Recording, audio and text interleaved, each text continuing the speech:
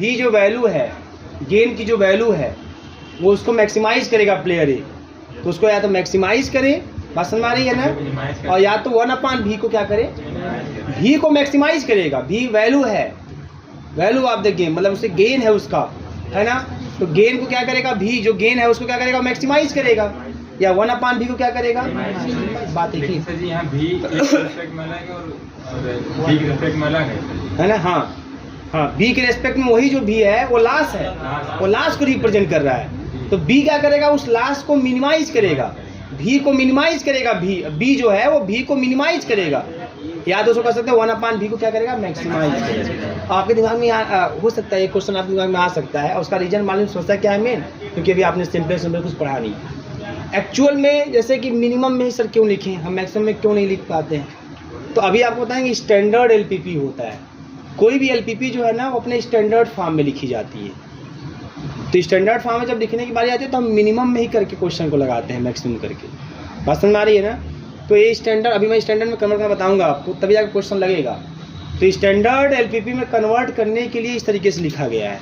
तो पहले आप क्वेश्चन लिखिएगा, बहुत ही सिंपल क्वेश्चन, और एग्जाम में एकदम हूबहू ऐसे ही आएगा, लिखिएगा, नंबर चेंज हो सकते हैं भैया, हाँ हूबहू मतलब ऐसे ही लिखा हुआ मिलेगा, अबे कोई अंतर नहीं आएगा। लिखिए question, solve by simplex method, solve by simplex method,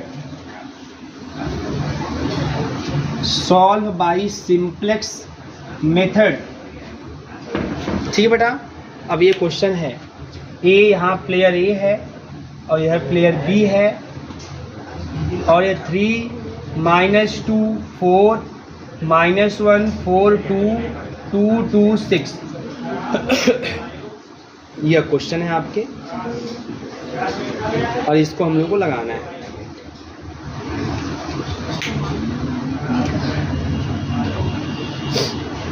ठीक है, ऐसे क्वेश्चन देगा, एकदम हूबहू ऐसे ही देगा, ये नंबर चेंज हो सकते हैं प्लीज, ठीक है, ये नंबर रट्टा मार के बैठ जाए, ठीक है, ये नंबर चेंज होते रहेंगे, लेकिन गारंटी है, आप लिख लीजिए कहीं पे, है ना, कि कंफर्म 3 क्लास 3 का एक क्वेश्चन सिंप्लेक्स मेथड पे बेस्ड गेम थ्योरी का आएगा, वो भी लॉन्ग में आएगा, एकदम फिक्स है लॉन्ग में आएगा, इसमें कोई दो राय नहीं। अब ध्यान दीजिए, इसको लगाएंगे कैसे, है ना, लगाने का तरीका क्या होगा, कैसे इसको सॉल्व किया जाएगा।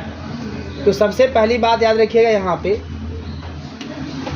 ये जो आपका है, अच्छा एक चीज़ और छूट गया शायद, उसको भी आप लिख लीजिए, रुक जाओ, ये लिख लिया ना आप लोग पूरा, ठीक है। देखिए इसमें और लिखिए, आगे लिख लीजिएगा, also find the, simple solve तो करना ही है, also find the value of game, also find the value of game, also find the value of game, and the strategy of, and the strategy of, and the strategy of each player, and the strategy of each player, कौन से player है, A and B, strategy of each player A and B, ठीक, ये पूरी चीज़ें आपको find करनी है। अब ध्यान दीजिए, अब आप इसको दो तरीके से लगा सकते हैं, पहले इसका एलपीपी बनाना होगा। एलपीपी किस तरीके से बना सकते हैं, जो मैं ऊपर लिखवाया हूँ, या तो आप प्लेयर ए के रेस्पेक्ट में एलपीपी बनाइए, या तो आप प्लेयर बी के रेस्पेक्ट में एलपीपी बनाइए। अगर आप प्लेयर ए के रेस्पेक्ट में एलपीपी बनाते हैं तो वहाँ पे कांस्टेंट क्या लिखे हैं आप लोग, ग्रेटर देन और इक्वल 1 लिखे हैं। अगर आप प्लेयर बी के रेस्पेक्ट में एलपीपी बनाते हैं तो लेस देन और इक्वल। अब अगर आप प्लेयर ए के रेस्पेक्ट में एलपीपी बनाते हैं तो जान के जहर खाने जैसी बात हो जाएगी। क्यों? क्योंकि वहाँ पे कांस्टेंट ग्रेटर देन और इक्वल है, और जब कांस्टेंट ग्रेटर देन और इक्वल आता है तब उसको सिंप्लेक्स मेथड से आप सॉल्व नहीं कर सकते। वह सिंप्लेक्स मेथड के मॉडिफाइड फॉर्म बिगियम मेथड और 2 फेज मेथड से सॉल्व होता है, और वहाँ पे जो हम वेरिएबल यूज करते हैं इनइक्वालिटी को इक्वलिटी में कन्वर्ट करने के लिए सरप्लस वेरिएबल ऐड करते हैं। साथ ही साथ जहाँ भी सरप्लस वेरिएबल ऐड होता है उसके साथ एक आर्टिफिशियल वेरिएबल भी ऐड होता है। तो वहाँ कहानी बहुत लंबी हो जाएगी और सिंप्लेक्स मेथड से वो सॉल्व नहीं होगा, सिंप्लेक्स में मॉडिफाइड फॉर्म से। इसका मतलब हम किस वाले से सॉल्व करेंगे, हम लोग एकदम प्योर ओरिजिनल सिंप्लेक्स मेथड से सॉल्व करने की कोशिश करेंगे, क्योंकि हमारे सिलेबस में केवल सिंप्लेक्स मेथड दिया हुआ है। तो हम किससे सॉल्व करेंगे? Less than or equal to वाले से सॉल्व करेंगे, less than or equal to वाले से। तो ये चीज़ अपने दिमाग में कहीं पे आप दिमाग में बैठा लीजिएगा कि अगर inequality greater than or equal होगी तो सिंप्लेक्स से नहीं सॉल्व होगी, वो सिंप्लेक्स के मॉडिफाइड फॉर्म बिगियम मेथड या टू फेज मेथड से सॉल्व होगा। इसलिए आप कभी भी ग्रेटर देन इक्वल की इक्वलिटी पे आप क्वेश्चन सॉल्व मत करिएगा। आप किस पे सॉल्व करेंगे? Less than or equal pay. बात समझ में आई? क्योंकि लेस देन आर इक्वल वाला ही सिंप्लेक्स से सॉल्व होगा। मेरी बात समझ में आ गई? अब ध्यान दो, तो जब लेस देन आर इक्वल की बात है बेटा, तो वहां पे जब एलपीपी बनाएंगे, द एलपीपी इज, तो लिखेंगे आप, उसमें मैक्सिमम लिखा हुआ है, लिखा है ना, maximum 1/v is equal to y1 plus y2 y3। Clear है? एंड अब चलो कांस्टेंट बनाते हैं। कांस्टेंट कैसे बनाएंगे? बहुत आसानी से, ये लिखने में कोई दिक्कत नहीं है किसी को, आराम से लिख देंगे, कोई समस्या नहीं है, ठीक है ना। अब कांस्टेंट कैसे बनाते हैं? देखो यहाँ से 3y1 माइनस का 2y2 प्लस का 4y3 less than or equal 1, minus का y1 प्लस का 4y2 प्लस का 2y3 less than or equal 1, and है ना 2y1 प्लस का 2y2 प्लस का 6y3 less than or equal 1। इतना करने में किसी कोई दिक्कत नहीं होनी चाहिए, बहुत आसान काम है, कर सकते हैं ना एकदम। पकड़ लिए होंगे आप लोग कहाँ से मैं लिखा हूँ, बताने की जरूरत नहीं है, यहीं से बस first row, second row, third row, ऐसे कांस्टेंट बनाते हैं। पसंद आ रही है? अब देखिए इसके बाद, नाउ द स्टैंडर्ड, सॉल्व करने के पहले आप स्टैंडर्ड एलपीपी लगाएंगे। Now the standard LPP is, अब प्रश्न होता है भाई स्टैंडर्ड एलपीपी क्या होता है? तो स्टैंडर्ड एलपीपी में आप इनइक्वालिटी को इक्वलिटी में क्या करेंगे? कन्वर्ट करेंगे। बात समझ में आ रही है? तो बेटा लिखेंगे यहाँ पे, देखो कैसे, पहले इनइक्वालिटी वाला देखिए ध्यान से, एक थोड़ा सा छोड़ की जगह, 3y1 माइनस का 2y2 प्लस का 4y3 प्लस का s1 is equal to 1। s1 क्या है? इसको बोलते हैं स्लैक वेरिएबल, ध्यान दीजिएगा, इसको क्या बोलते हैं? Slack variable. दूसरा, माइनस का y1 प्लस का 4y2 प्लस का 2y3 प्लस का s2 इज इक्वल टू 1। तीसरा, 2y1 प्लस का 2y2 प्लस का 6y3 प्लस का s3 इज इक्वल टू 1। बात समझ में आ रही है? और इसको क्या लिखेंगे तो ध्यान देना, maximum 1/v is equal to y1 plus y2 plus y3 plus का 0s1 प्लस का 0s2 प्लस का 0s3 and y1 y2 y3 s1 s2 s3 all are greater than or equal to 0, मतलब नन जीरो। ये सब है ना, none negative, ये सब नन निगेटिव होंगे, मतलब जीरो होंगे तो जीरो से क्या होंगे? बड़े होंगे, मतलब पॉजिटिव होंगे तो जीरो होंगे, निगेटिव नहीं। ये सब नन निगेटिव वेरिएबल है। ये होता है स्टैंडर्ड एलपीपी। सिंप्लेक्स मेथड से किसी भी क्वेश्चन को सॉल्व करने के लिए पहले एलपीपी बनाएंगे और फिर स्टैंडर्ड एलपीपी, एकदम हूबहू ऐसे बनाएंगे, कोई समस्या किसी को नहीं होनी चाहिए। मैक्सिमम 1/v लिखेंगे, क्यों मैक्सिमम लिखेंगे आपको पता ही है, क्योंकि ये जो मैं लिखा हूँ बी के रिस्पेक्ट में लिखा हूँ।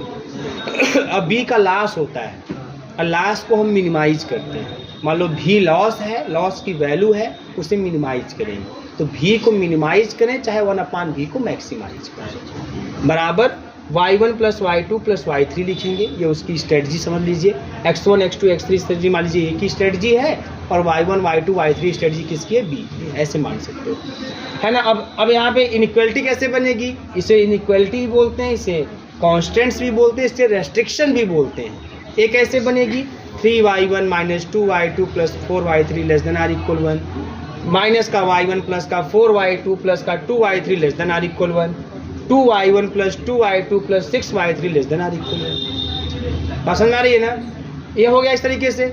स्टैंडर्ड में क्या करेंगे? अब उसी इनइक्वालिटी की इक्वलिटी में क्या करेंगे? कन्वर्ट। तो plus s1 plus s2 plus s3 करके तीनों में इक्वल 1 इक्वल 1 इक्वल 1 इक्वल 1 कर दीजिए, और वही चीज़ उसमें 0s1 0s2 0s3 कर दीजिए। कर लेंगे, लिख लीजिए इसको। इतना करने में किसी कोई दिक्कत? जैसे स्टेप फर्स्ट जब आपको बताया गया है तो उसमें क्या बताया गया बताओ? फाइंड द मैक्सिमम मिनिमैक्स, ये भी निकाल लीजिए इसे। यहाँ तो अच्छा, मैं क्यों यहाँ कंटिन्यू करके मालूम है, क्योंकि मुझे पता है कि ये सिंप्लेक्स से बोला है तो सिंप्लेक्स से सॉल्व होगा, लेकिन आपको जब 3x3 का आएगा, खाली बोला सॉल्व, खाली बोल दिया सॉल्व, तो आप पहले चेक करो कि क्या डोमिनेंस से सॉल्व हो पा रहा है, क्या आपका जो है मैक्सिमिन मिनमैक्स प्रिंसिपल से सॉल्व हो पा रहा है। जब सब फेल करेगा तब ना सिंप्लेक्स लगाएंगे आप, बात समझ में आई ना। तो हाँ, क्या तो पता करने में कौन सा समय लगता है जी, है ना। क्या नियम बताया, रो मिनिमा कॉलम मैक्सिमा, ये लाइन याद रहे, रो मिनिमा कॉलम मैक्सिमा। इसमें मिनिमा कौन है, माइनस का 2, ये बड़ा रो मिनिमा लिखा जा रहा है, रो मिनिमा, क्लियर है ना। इस रो में कौन मिनिमम है, -1, इस रो में कौन मिनिमम है, क्लियर सबको। तो कितना आसान है, कुछ नहीं है। और देखो यहाँ पे कॉलम मैक्सिमा, कॉलम मैक्सिमा, बात नहीं छोड़ो, इधर देखो ध्यान से, कॉलम मैक्सिमा, इस कॉलम मैक्सिमम कौन है, इस कॉलम मैक्सिमम कौन है, इस कॉलम में मैक्सिमम कौन है, 6 हो गया। अब ये रो मिनिमा है, रो मिनिमम जो मिनिमा है उसमें मैक्सिमम कौन है, 2 मैक्सिमम है, इसे बोलते हैं मैक्सिमीन। क्या बोलते हैं इसको, मिनिमम में मैक्सिमम, मैक्सिमीन, है ना। और इसी को दिखाते हैं किससे, न्यू नीचे बार इक्वल टू 2, मिनिमम है लास्ट में, वो बार नीचे, कंफ्यूजन नहीं होना चाहिए। अब देखो यहाँ पे ये क्या है, कॉलम मैक्सिमा है, कॉलम मैक्सिमम में मिनिमम कौन है, इसको क्या बोलेंगे, मिनिमैक्स, इसको मिनिमैक्स बोलते हैं, मैक्सिमम में मिनिमम, मैक्सिमम में मिनिमम। तो यह आ गया, इससे प्रदर्शित करते हैं, या 3 आ गया, दोनों बराबर है क्या, इसलिए फेल कहानी है ये पे। बराबर होता तो वही वैल्यू ऑफ गेम हो जाता, बात समझ में आ रही है ना। तो 10, हाँ फेयर भी भैया सब जानते हैं, बहुत तेज है। 10 new bar, new lower bar, new upper bar is not equal, बात समझ में आ रही है ना। इसलिए हम सिंप्लेक्स की तरफ पूछ कर गए, बात समझ में आ रही है ना। अब नोट कर लीजिए, आता है सिंप्लेक्स टेबल। अब सिंप्लेक्स टेबल कैसे बनता है उसको वो ध्यान समझेगा। Simplex table, now simplex table, simplex table is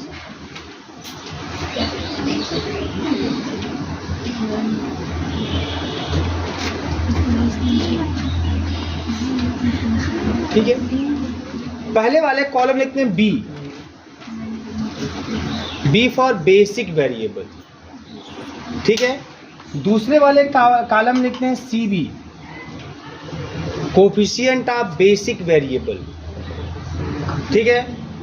तीसरे वाले कॉलम में लिखते हैं एक्स बी, बता रहा हूँ एक्स बी कहाँ से लिखा जाएगा। एक्स बी एक्चुअली में ये सब होते हैं जो इक्वल टू करके सामने लिखे जाते हैं, ठीक है। फिर उसके बाद आपका लिखा जाता है जो वेरिएबल होते हैं क्रम से। वेरिएबल कौन है, y1, फिर y2, फिर y3, फिर जो basic variable s1, s2, s3, फिर लिखा था minimum of yb upon yi, इतना होता है कॉलम में, ठीक है। yb अपॉन, सॉरी यहाँ x लिख दिया हूँ क्या, y, वही y में लिखा गया है ना, तो y रहेगा। x में अगर यही चीज़ आप x में भी लिख सकते थे 3x1, लेकिन समझते कि x है तो फिर b वाला x है, ठीक है ना। तो इस तरीके से आप लिखिए, कोई दिक्कत नहीं, y में लिखिएगा, यह क्लियर है ना। अब देखो ये ऐसे कॉलम बने, कॉलम में कोई समस्या नहीं, अब ये 2-3 बार, हर क्वेश्चन 2-3 बार बनेंगे और आराम से याद हो जाएगा आपको। अब बेसिक वेरिएबल में कौन होते हैं पता है, जो आपने स्लैग वेरिएबल ऐड किया हुआ है वो बेसिक है, मतलब s1, s2, s3, इनके कोफिशिएंट जो देखने हैं वो यहाँ से देखेंगे, 0, 0, 0। जो yb की वैल्यू है वो यहाँ से लिखी जाती है 1, 1, 1, क्लियर है। अब y1, y2, y3, s1, s2, s3, अब वो यहाँ से देखो 3, -2, 4, 1, 0, 0। फिर पहले वाले में s1 है खाली ना, s2, s3 नहीं है। अब दूसरे वाले की बात करते हैं, y1 का कोफिशिएंट -1, 4, 2 0 1 0। दूसरे वाले में S1 नहीं है तो 0, S2 है तो 1 उसका कोफिशिएंट, ठीक है ना जी। तीसरा वाला 2 2 6 0 0 1। अब बताओ इसमें किसी को कोई दिक्कत? कहाँ से लिखा गया है ना समझ में आए पूछ लीजिए, अपने भाषा में हिंदी भोजपुरी लिख लीजिए आप, लेकिन बाद में ही ना घर पे जाए तो फिर लगे बोलाने की ये कहाँ से लिखा गया है ना। तो कहाँ से लिखा गया आपको पता चल गया, कहाँ से लिखा गया, कहीं समझता है उसको आप नोट कर लीजिए, ठीक है। क्योंकि कन्फ्यूजन है, क्योंकि देखो यहाँ पे बहुत प्रैक्टिस नहीं करनी है इस पर, क्योंकि यहाँ पे सिंप्लेक्स मेथड नहीं पढ़ना है, यहाँ सिंप्लेक्स मेथड की हेल्प से गेम थ्योरी सॉल्व करनी है, बस उसमें थोड़ा सा आ गया। अभी 6th सेमेस्टर में जाएंगे तो पूरा सिंप्लेक्स पढ़ाएंगे आपको और समय देंगे तो यहीं पूरा पढ़ा देंगे, कोई बड़ी बात नहीं, ठीक है। ये हो गया, बात समझ में आई। अब ये लिखते हैं सीजे, यहाँ इसके ठीक ऊपर लिखते हैं सीजे। सी मतलब कोफिशिएंट से, ये कोफिशिएंट ऑफ ऑब्जेक्टिव फंक्शन है ना। देखो यहाँ पे सीजे, अब सीजे देखो यहाँ पे, यहाँ ये वाला 1 1 1 0 0 0, ठीक है। कैसे लिखा है समझ आ रहा है ना। यहाँ पे जो मैक्सिमम अपन भी है ना 1 1 1 0 0 0, सबको समझ में आया सीजे कैसे लिखा गया। अब हमारा इसका काम खत्म हुआ, अब मैं इसको मिटाने जा रहा हूँ।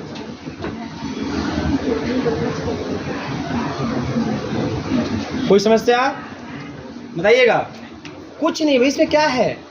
फिर यहाँ लिखते हैं जेडजे, यही नीचे लिखते हैं जेडजे क्या लिखते हैं? अब ये कैसे होगा? अब ये जेडजे कैसे निकालते हैं? जो सीबी है ना, इसका गुणा क्रम से y1 में, y2 में, y3 में करेस्पॉन्डिंग से 0 × 3 0 × -1 0 × 2 फिर सबको जोड़ देते हैं। फिर 0 × -2 0 × 4 0 × 2 फिर सबको जोड़ देते हैं। आपको पता है क्या आएगा, है ना। 0 × 3 0 0 × -1 0 0 × 2 0, सबको जोड़ेंगे 0 + 0 + 0 0 0 0 0 0 0। इतनी बात समझ में आई? कैसे आ गया ये? अभी घबराइएगा मत, ये टेबल अभी फिर बनेंगे, बात समझ में आई ना। अभी जरूरी नहीं है कि टेबल में सॉल्व हो जाए। ये हो गया जेड जे। अब निकालते हैं डेल जे। क्या निकालते हैं? और उसको लिखते हैं, ये होता क्या है? सीजे माइनस जेड जे होता है। क्या होता है? सीजे माइनस जेड जे होता है ना। 1 1 1 0 0 0। बात समझ में आ रही है? अब इस डेल जे की जो वैल्यू मैक्सिमम होती है उस पर जाते हैं। तो डेल जे की यहाँ संयोग से 3 वैल्यू मैक्सिमम है, तीनों वैल्यू मैक्सिमम है। यह भी 1 है, यह भी 1 है, यह भी 1। मेरी बात समझ में आ रही है? डेल जे की मैक्सिमम वैल्यू देखते हैं, तो मैक्सिमम ग्रुप में 1 है जो 3 जगहों पर है। तो ऐसी स्थिति में कोई भी एक आप चूज कर सकते हैं। तो चलो मैंने पहला वाला ही चूज कर लिया। भैया कोई मौका मिलेगा, फिर दूसरा तीसरा जो भी है आता रहेगा। इसी में 3 टेबल यूज होंगे, 2 से 3 कम से कम। फिर आगे हम जाएंगे, फिर अगला क्वेश्चन फिर उसमें भी आएगा, है ना, प्रैक्टिस हो जाएगी। अभी मैं देखा था, अब यहाँ पे इनकमिंग आउटगोइंग सब होगा, देखिएगा अभी कल, है ना। अभी S1 S2 S3 का 0 0 0 होगा ही, क्योंकि आप वहाँ कहाँ से लिखे पता चला, कहाँ से लिखे थे ना, मैक्सिमाइज 1/z से लिखे थे। पर इसमें कोई दिक्कत है किसी को? कहीं दिक्कत तो पूछ लीजिए कौन कहाँ से आया। मैं कितनी बार बोल रहा हूँ, है ना। सीजे मतलब जो मैक्सिमम 1/z लिखा हुआ है, उसमें जो y1 y2 y3 S1 S2 S3 coefficient वही छाप देना है, वो सीजे। और जेड मतलब ये जो सीबी है, इसका y1 के करस्पॉन्डिंग एलिमेंट से ऐसे ऐसे ऐसे ऐसे गुणा करके फिर जोड़ दीजिएगा। फिर इसका इसमें गुणा, इसका इसमें गुणा, इसमें गुणा, फिर जोड़ दीजिएगा। उसी सीबी का y1 में, y2 में, y3 में करस्पॉन्डिंग एलिमेंटों से गुणा करके प्रिंस फिर जोड़ देना है ना। और जो आएगा उसको लिखते जाना, वो जेड जे हो गया। फिर सीजे माइनस जेड जे को डेल जे बोलते हैं, और उसकी मैक्सिमम वैल्यू को देखते हैं। तो मान लेते हैं ये मैक्सिमम है, मैक्सिमम तीनों है। अगर एक कोई है तो कोई दिक्कत नहीं है, जब तीनों है तो कोई चूज कर सकते हैं। मैं पहला ही चूज कर लेता हूँ। चलो ये चूज कर लिया, बात समझ आ रही बेटा? जैसे ही मैंने इसको चूज किया, जो मैक्सिमम डेल जे की वैल्यू है उसको बोलते हैं की कॉलम। क्या बोलते हैं? ये की कॉलम है। देखो मैं लिख रहा हूँ, लेकिन एग्जाम में जब करेंगे तो लिखेंगे नहीं, अपने में जान जाएं कि ये की कॉलम है, लेकिन मैं लिख दे रहा हूँ ये की कॉलम है। जो मैक्सिमम डेल जे की वैल्यू होती है उसके करस्पॉन्डिंग जो कॉलम होता है की कॉलम, अगर more than one value same है तो कोई एक चूज कर लीजिए, मैंने पहला चूज कर लिया, उसको की कॉलम नाम दीजिए। जब की कॉलम मिल जाएगा तो उसी को वाई आई समझेंगे। क्या समझेंगे? और उस वाई आई को वाई आई से किसको डिवाइड करेंगे? वाई बी को। बात समझ में आई? हो जाएगा 1/3। अरे भाई वाई बी में डिवाइड करना है ना, वाई बी में ही तो डिवाइड करना है 1/3। और देखो जब निगेटिव रहेगा तो उसे छोड़ दीजिएगा, डिवाइड करने वाला अगर निगेटिव हो या तो जीरो हो तो ऐसे डैश मार दीजिए, कोई दिक्कत? अब वही सब चीज़ें बता रहा हूँ, अब मुंह बना के सुनिएगा, अब लिखिएगा मत, अब बाद में मुंह बनाइएगा, ठीक है ना? तो समझ में आ रही क्या करना है ना? आप जो की कॉलम है, की कॉलम के एलिमेंटों से वाई बी को डिवाइड करना है, तो 1/3, 1/-1, 1/2। और जब निगेटिव से डिवाइड करिएगा या जीरो से डिवाइड करिएगा उसको मत लिखिएगा, छोड़ दीजिएगा, डैश मार दीजिएगा और 1/2। क्लियर है? इतना सब लोग कर लेंगे।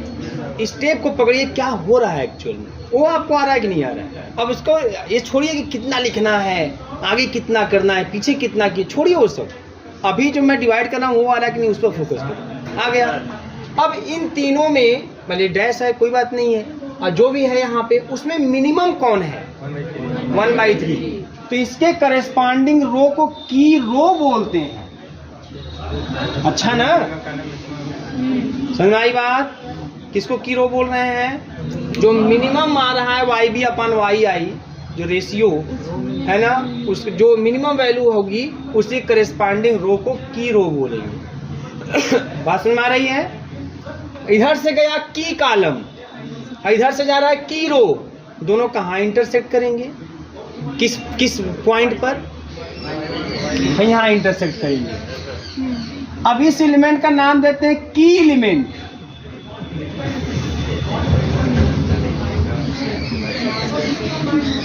कुछ नहीं, देखिए मजा आ रहा है कितना, एक से एक चीजें निकलती जा रही हैं। ये क्या हो गया? की एलिमेंट। हाँ, क्या हुआ? कहना मजा आ रहा है। ये की एलिमेंट हो गया। बात समझ आ रही है? अब एक नया शब्द सुनिए, है ना, ये की एलिमेंट हो गया ना। अब इसके करस्पॉन्डिंग जो यहाँ वेरिएबल है वो S1 है, तो यहाँ एक नाम आएगा आउटगोइंग वेरिएबल। आउटगोइंग वेरिएबल ये S1 होगा। आउटगोइंग वेरिएबल कौन होगा?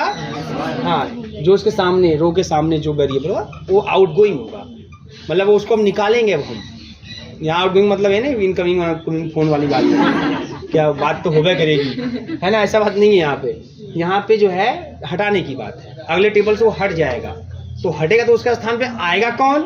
तो उसका नाम होगा इनकमिंग वेरिएबल,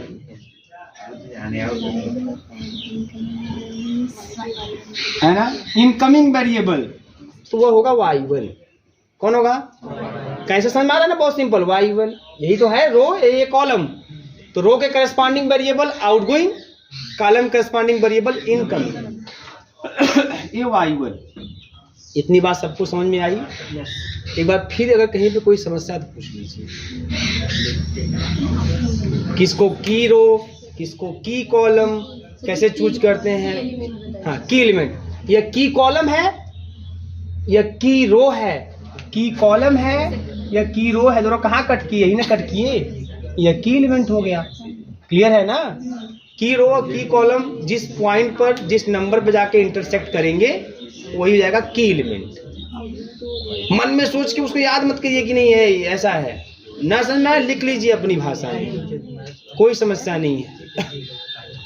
जो मैं बताया वो एकदम फर्स्ट क्लास रिकॉर्ड हो रहा है ना? आप वहाँ से भी देख लेंगे, कोई समस्या नहीं होगी। बट अभी एकदम आप एकदम क्लियर रहिए, कोई दिक्कत इसमें? जी यस यस, अगर आप की कॉलम इसको मानेंगे तो उसके हिसाब से चलेंगे।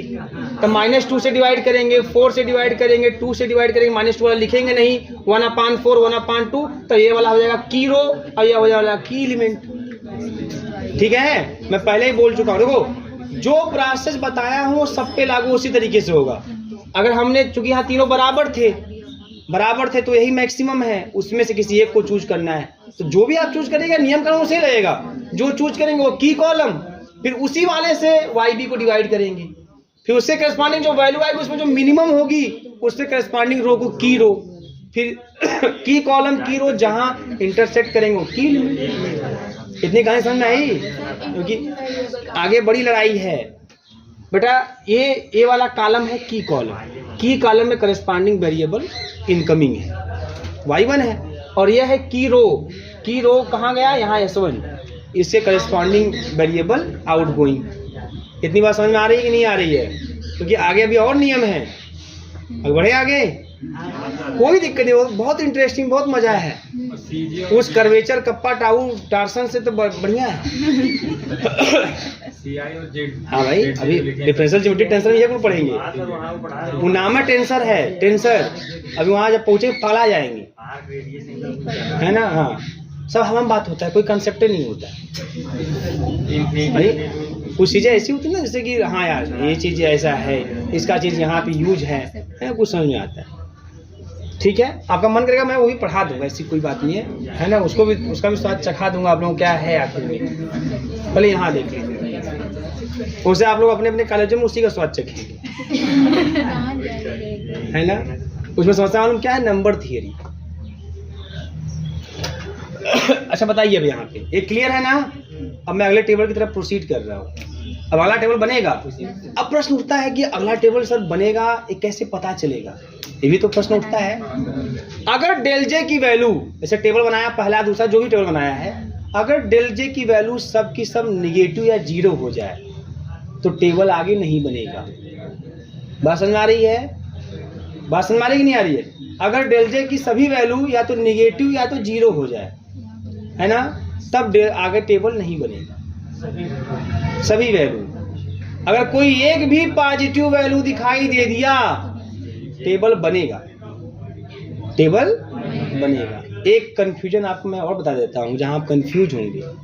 किताब है, तमाम चीज़ें हैं, हो सकता है कोई पढ़ाई दे कॉलेज में या कहीं कोई बताई दे, इन फ्यूचर कभी आपको फिर पढ़ने का मौका मिल ही जाए, मिलेगा ही अगर आप मैथमेटिक्स से पढ़ते हैं तो बहुत लोग क्या करते हैं कि सीजे माइनस जेडजे की जगह जेडजे माइनस सीजे घटाते हैं, जेडजे माइनस सीजे को। हाँ, अभी मैंने सीजे माइनस जेडजे किया ना, तो कुछ लोग जेडजे माइनस सीजे करते हैं। क्या करते हैं? जेडजे माइनस सीजे। यहाँ मैं मैक्सिमम वैल्यू देख रहा हूँ, मैक्सिमम पॉजिटिव वैल्यू, तो अगर जेडजे माइनस सीजे तो मैक्सिमम नेगेटिव वैल्यू देखते हैं लोग। तो ये नहीं कि अक्सर बच्चे कंफ्यूज होकर किताबों में आके चले आते हैं, अरे सर इसमें तो मैक्सिमम निगेटिव वाले को की कॉलम वाला मान लिया है, आप उल्टा बता दिए, ऐसा कुछ है ना। तो ये चीज़ ध्यान देना है कि हमने घटाया किस में से किसको, सीजे में से जेडजे को कि जेडजे में से सीजे को। और कई किताबें आपको मिल जाएंगी जिसमें जेडजे में से सीजे घटाया है, और कई ऐसे मिल जाएंगे जिसमें सीजे में से जेडजे घटाया है, लेकिन सबसे सही पड़ता है सीजे माइनस, क्योंकि इसमें पॉजिटिव देखते हैं, है ना। अगर यहाँ जेडजे माइनस सीजे करेंगे तो हाँ, तो मोस्ट निगेटिव की तरफ जाएंगे। हाँ, तब वहाँ पे अगर जीरो और पॉजिटिव सब आ जाएंगे तो टेबल स्टॉप कर देंगे। वहाँ जीरो पॉजिटिव देते हैं। हाँ, जीरो और पॉजिटिव अगर सब हो जाएगा तो टेबल स्टॉप कर देंगे। अगर एक को निगेटिव रहा तो टेबल आगे बढ़ा देंगे। ठीक है। अच्छा, अब मैं बता रहा हूँ कि आप अभी सिंप्लेक्स पर रिसर्च मत करिए, ठीक है, क्योंकि अभी बहुत कुछ बातें हैं इसमें। अभी आप इतना जानिए कि कैसे अभी सॉल्व हो रहे हैं, आप इसी को फॉलो कीजिए, सीजे माइनस जेडजे। क्लियर है ना? अब मैं अगले टेबल की तरफ बढ़ रहा हूँ प्रिंस, ठीक, एकदम धैर्य बनाए रखिए। अब अगला टेबल, ये कहानी थोड़ा सा और लेंदी होने वाली है, लेकिन आप घबराएंगे, आप लोग वीर लोग हैं। बी क्या लिखेंगे, फिर क्या लिखेंगे, सी बी, 3-4 बार बोलेंगे अपने आप, वाई बी, फिर क्या लिखेंगे, क्या बात है, फिर बता दीजिए, और फिर minimum Y B upon y. अब भैया ऐसा ही याद होता है, मैं क्या करूँ, ऐसा ही याद होता है, जहाँ 2-3 बार बोलेंगे याद हो जाएगा क्या आने वाला है ना। आँख मुँह रट्टा भागे तो नहीं याद हो पाएगा, ठीक, ऐसा। अब ध्यान दो बेटा, कौन रहेगा, S2 और S3 तो रहेगा, आउटगोइंग कौन हुआ है, S1, इनकमिंग कौन हुआ है, अब यहाँ वाई बना। क्लियर? अब CB की बात CB की, तो CB y1 का कोफिशिएंट वहां से देखना, मैक्सिमम 1/z से तो 1 था, और इसकी 0 है। इतनी बात समझ में आ गई। अब सुनिए आगे कहानी क्या है। अब इसका क्या करना है, अब जो हमारा रो S1 है ना, यहाँ पे S1 हटा, उसके स्थान में क्या आया Y1। अब यहाँ पे अगर एक होता, की एलिमेंट अगर 1 होता, बहुत ध्यान समझिएगा, ये मैं लिखाया नहीं हूँ नियम कानून, क्योंकि जो मैं नियम बता रहा हूँ ना, ये गेम थ्योरी का नियम नहीं है, ये मैं सिंप्लेक्स का नियम बता रहा हूँ। तो सिंप्लेक्स जो कि आपको पढ़ना नहीं है, इसीलिए मैं आपको ये सब नियम लिखाया नहीं हूँ। जब मैं सिंप्लेक्स पढ़ाऊंगा सब नियम लिखाऊंगा आपको। तो यह समझ में आ रही है। तो अगर यहाँ पे की एलिमेंट अगर 1 है तो हाई S1 वाला उठा के जो करते हो Y1 के सामने लिख देंगे।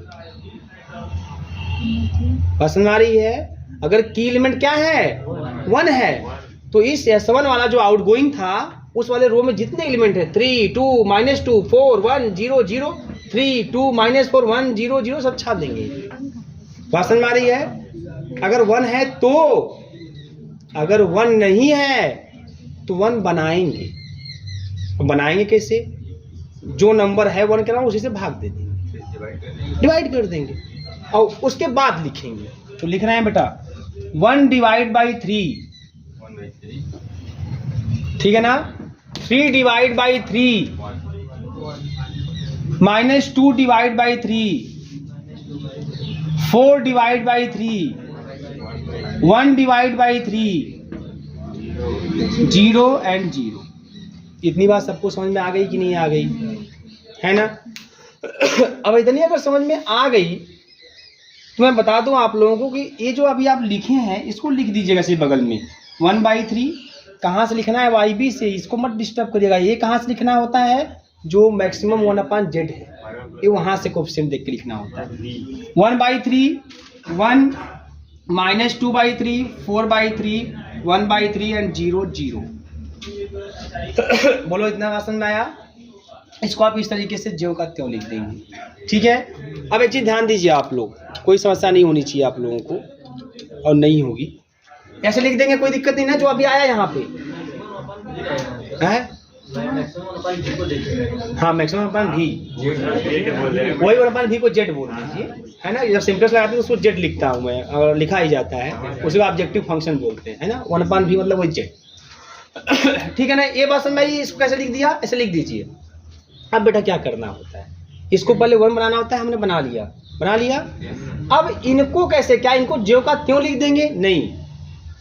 इनको क्या करना होता है, इनको हम लोग ये जो आपका माइनस एक की कॉलम है ना यहाँ पे, ये 1 कर दिए ना, तो 1 के यहाँ -1 या 2 है, ये -1 और क्या है ये 2 है। अब हम लोग इसको क्या करेंगे, इसको बनाएंगे 0, है ना। दोनों क्या बनाएंगे, इसको 0 बनाएंगे। कैसे, देखो ध्यान देना। उसको पहले ऐसे S2 को लिखना है तो पहले S2 को लिख दो यहाँ पे 1 -1 4 2 0 1 0। क्लियर है। मतलब जो आउटगोइंग हुआ उसको 1 बनाना था, की का एलिमेंट को 1 बनाना था। की एलिमेंट के जो ऊपर नीचे जितने भी रहेंगे सबको 0 करना है। इनको 0 करना है। तो S2 वाला मैंने लिख दिया, S2 वाला लिख दिया। ये यही वाला था, यही है ना, इसी के 1 बनाए थे, यही 3 था ना, यही 1 बनाया। इसी को फोकस करना है आपको, इसको 0 करना है। मेरी बात समझ में आ रही कि नहीं आ रही है। ये बड़ा की एलिमेंट है, जब इसी में 3 से भाग दिए तब यही 1 आया, तो इस 1 पे फोकस करना है। 1 के अब मुझे लिखना है S2 लिखना है, तो S2 पूरा छाप दो, S2 छाप दिया, तो इसमें 0 किसको बनाएंगे, जो 1 के नीचे होगा, है ना। ये इसको 0 बनाना है ना। कैसे बनाएंगे, जोड़ दीजिए दोनों को, तो 1/3 + 1 4/3, और यह इसको जोड़ दो 4 - 2/3 4 3 12 में से 2 क्या 10/3, इसको जोड़ दो, है ना। 2 + 4/3 3 दूनी 6 4 10/3, यही ना बेटा, 1/3 1 0। अब इसको ज्यों का त्यों इसे छाप दीजिए 4/3 0 10/3 10/3 1/3 1 0। इतनी बात समझ में आई। एक बार फिर समझ में आई इतनी बात, है ना। अब S3 वाले को लिखना है ना। अब इसको मिटा रहा हूँ, मिटा दूँ ना, ये मिटा दे रहा हूँ। सर ऐसे सिंपली तो 0 हो जा रहा, अगर नहीं होगा कुछ ऐसे करेंगे मल्टीप्लाई। हाँ, तो मल्टीप्लाई करेंगे। अभी देखो आ गया नंबर, है ना। अब ये है, लिख दो इसको 1 2 2 6 0 0 1। देखो यही है हमारा 1, इनको 0 करना है तो इस वाले में 2 से गुणा कर दें, ऊपर वाले में 2 से गुणा करके घटा दें, है ना। तो घटाइए भैया, तब 2 से यहाँ 2 से गुणा कीजिए 2/3, 1 - 2/3 1/3, 2 से गुणा किया 2 - 2, 2 से गुणा किया -4/3, 2 - 4/3 2/3, 2 से गुणा किया है ना 8/3, 6 - 8/3 18, 10/3, 2 से गुणा किया 2/3, 0 से घटाया माइनस का 2/3 0, 2 से गुणा किया 1 - 2/3 कौन सा ए? अच्छा इसमें गुणा कर दिया तो 0 हो गया ना, 1 हो गया, ठीक। अब लिखो इसको 1/3 0, 2/3 10/3 -2/3 0 और 1। कितनी बात समझ में आई? बोलो। अब यहाँ सीजे जो कंफर्म 1 1 1 0 0 0। अब जेडजे, अब गुणा करना है तो भैया ये तो 0 सब कर ही देगा, इसी 1 से करने जा रहा है। 1 - 2/3 4/3 1/3 0 0। बताओ अब क्या निकालेंगे? सीजे माइनस जेडजे, सीजे माइनस जेडजे है ना। तो सीजे माइनस जेडजे क्या होगा बताइए? अब घटाओ 1 में से क्या 1 - 2/3 घटा रहे तो प्लस कर जाएगा ना, तो 1 + 2/3 5/3। बोलो 1 - 4/3 माइनस का 1/3 0 - 1/3। बोलो कंफर्म, बोलो क्या? उसमें जेड क्या बताए थे? क्या बताए थे? हाँ क्या बताए थे? इसमें गुणा कर रहे थे बारी बारी से, जोड़ना। हाँ फिर जोड़ना था। इससे गुणा करो 1 का 1 में, ये तो 0 सब कर ही देगा ना, तो खाली ये तो बचवा करेगा ना। सेकंड वाले में कर लो भैया, 1 का गुणा -2/3 में, तो वह तो इधर करेगा क्योंकि ये तो 0 कर देगा ना, ये तो दोनों 0 कर देंगे ना, तो जोड़ने कोई मतलब नहीं निकल रहा है। बात समझ में आ रही नहीं आ रही है? आपको लग रहा है कि मैं इसे उतार दिया क्या पहला वाला? लग रहा है पहला वाला मैं उतार दिया, लेकिन ऐसा कुछ नहीं है। रुक जाओ हाँ बता बेटा। कहाँ पे? यहाँ पे क्या होगा? यहाँ पे अच्छा यहाँ पे ये 2 से गुणा कर दिया ना, माइनस का 4/3, 2 में से घटा रहे हैं प्लस, अच्छा 10/3। तो ये 10/3 और तो कोई दिक्कत नहीं है, ठीक है ना। ये हो गया ना कंफर्म। अब ध्यान दीजिए, अब बताओ इसमें कोई पॉजिटिव है अभी? हाँ है। कौन है? मतलब एक टेबल अभी और बनेगा। तो ये मैक्सिमम हो गया भैया। तो ये वाला कॉलम की कॉलम, क्या बात है, की कॉलम। अब डिवाइड करो YB को Y2 से। अब किससे डिवाइड करना है? Y2 से ना, क्योंकि देखो ये वाला कॉलम ने की कॉलम है, की कॉलम वाले से। तो 1/3 में से डिवाइड करें, माइनस वाले से तो नहीं करेंगे, है ना। फिर 4/3 डिवाइड बाई 10/3, तो 4/10 मतलब 2/5 और इसको डिवाइड करें तो 1/10। भैया मिनिमम कौन? 1/10 ये मिनिमम की रो आई गया ये की कॉलम और की एलिमेंट, या की एलिमेंट हो गया, की एलिमेंट। क्लियर बात समझ में आई? अब बता बेटा आउटगोइंग वेरिएबल कौन? यस, अब नंबर आ गया S3 के जाने का। और इनकमिंग वेरिएबल कौन? Y2। क्या बात? अरे यहाँ S3 भाई, की रो वाला S3 और की कॉलम वाला आएगा Y2। अब आएगा भैया, स्वागत करिए इसका, नोट करिए। आगे की कहानी।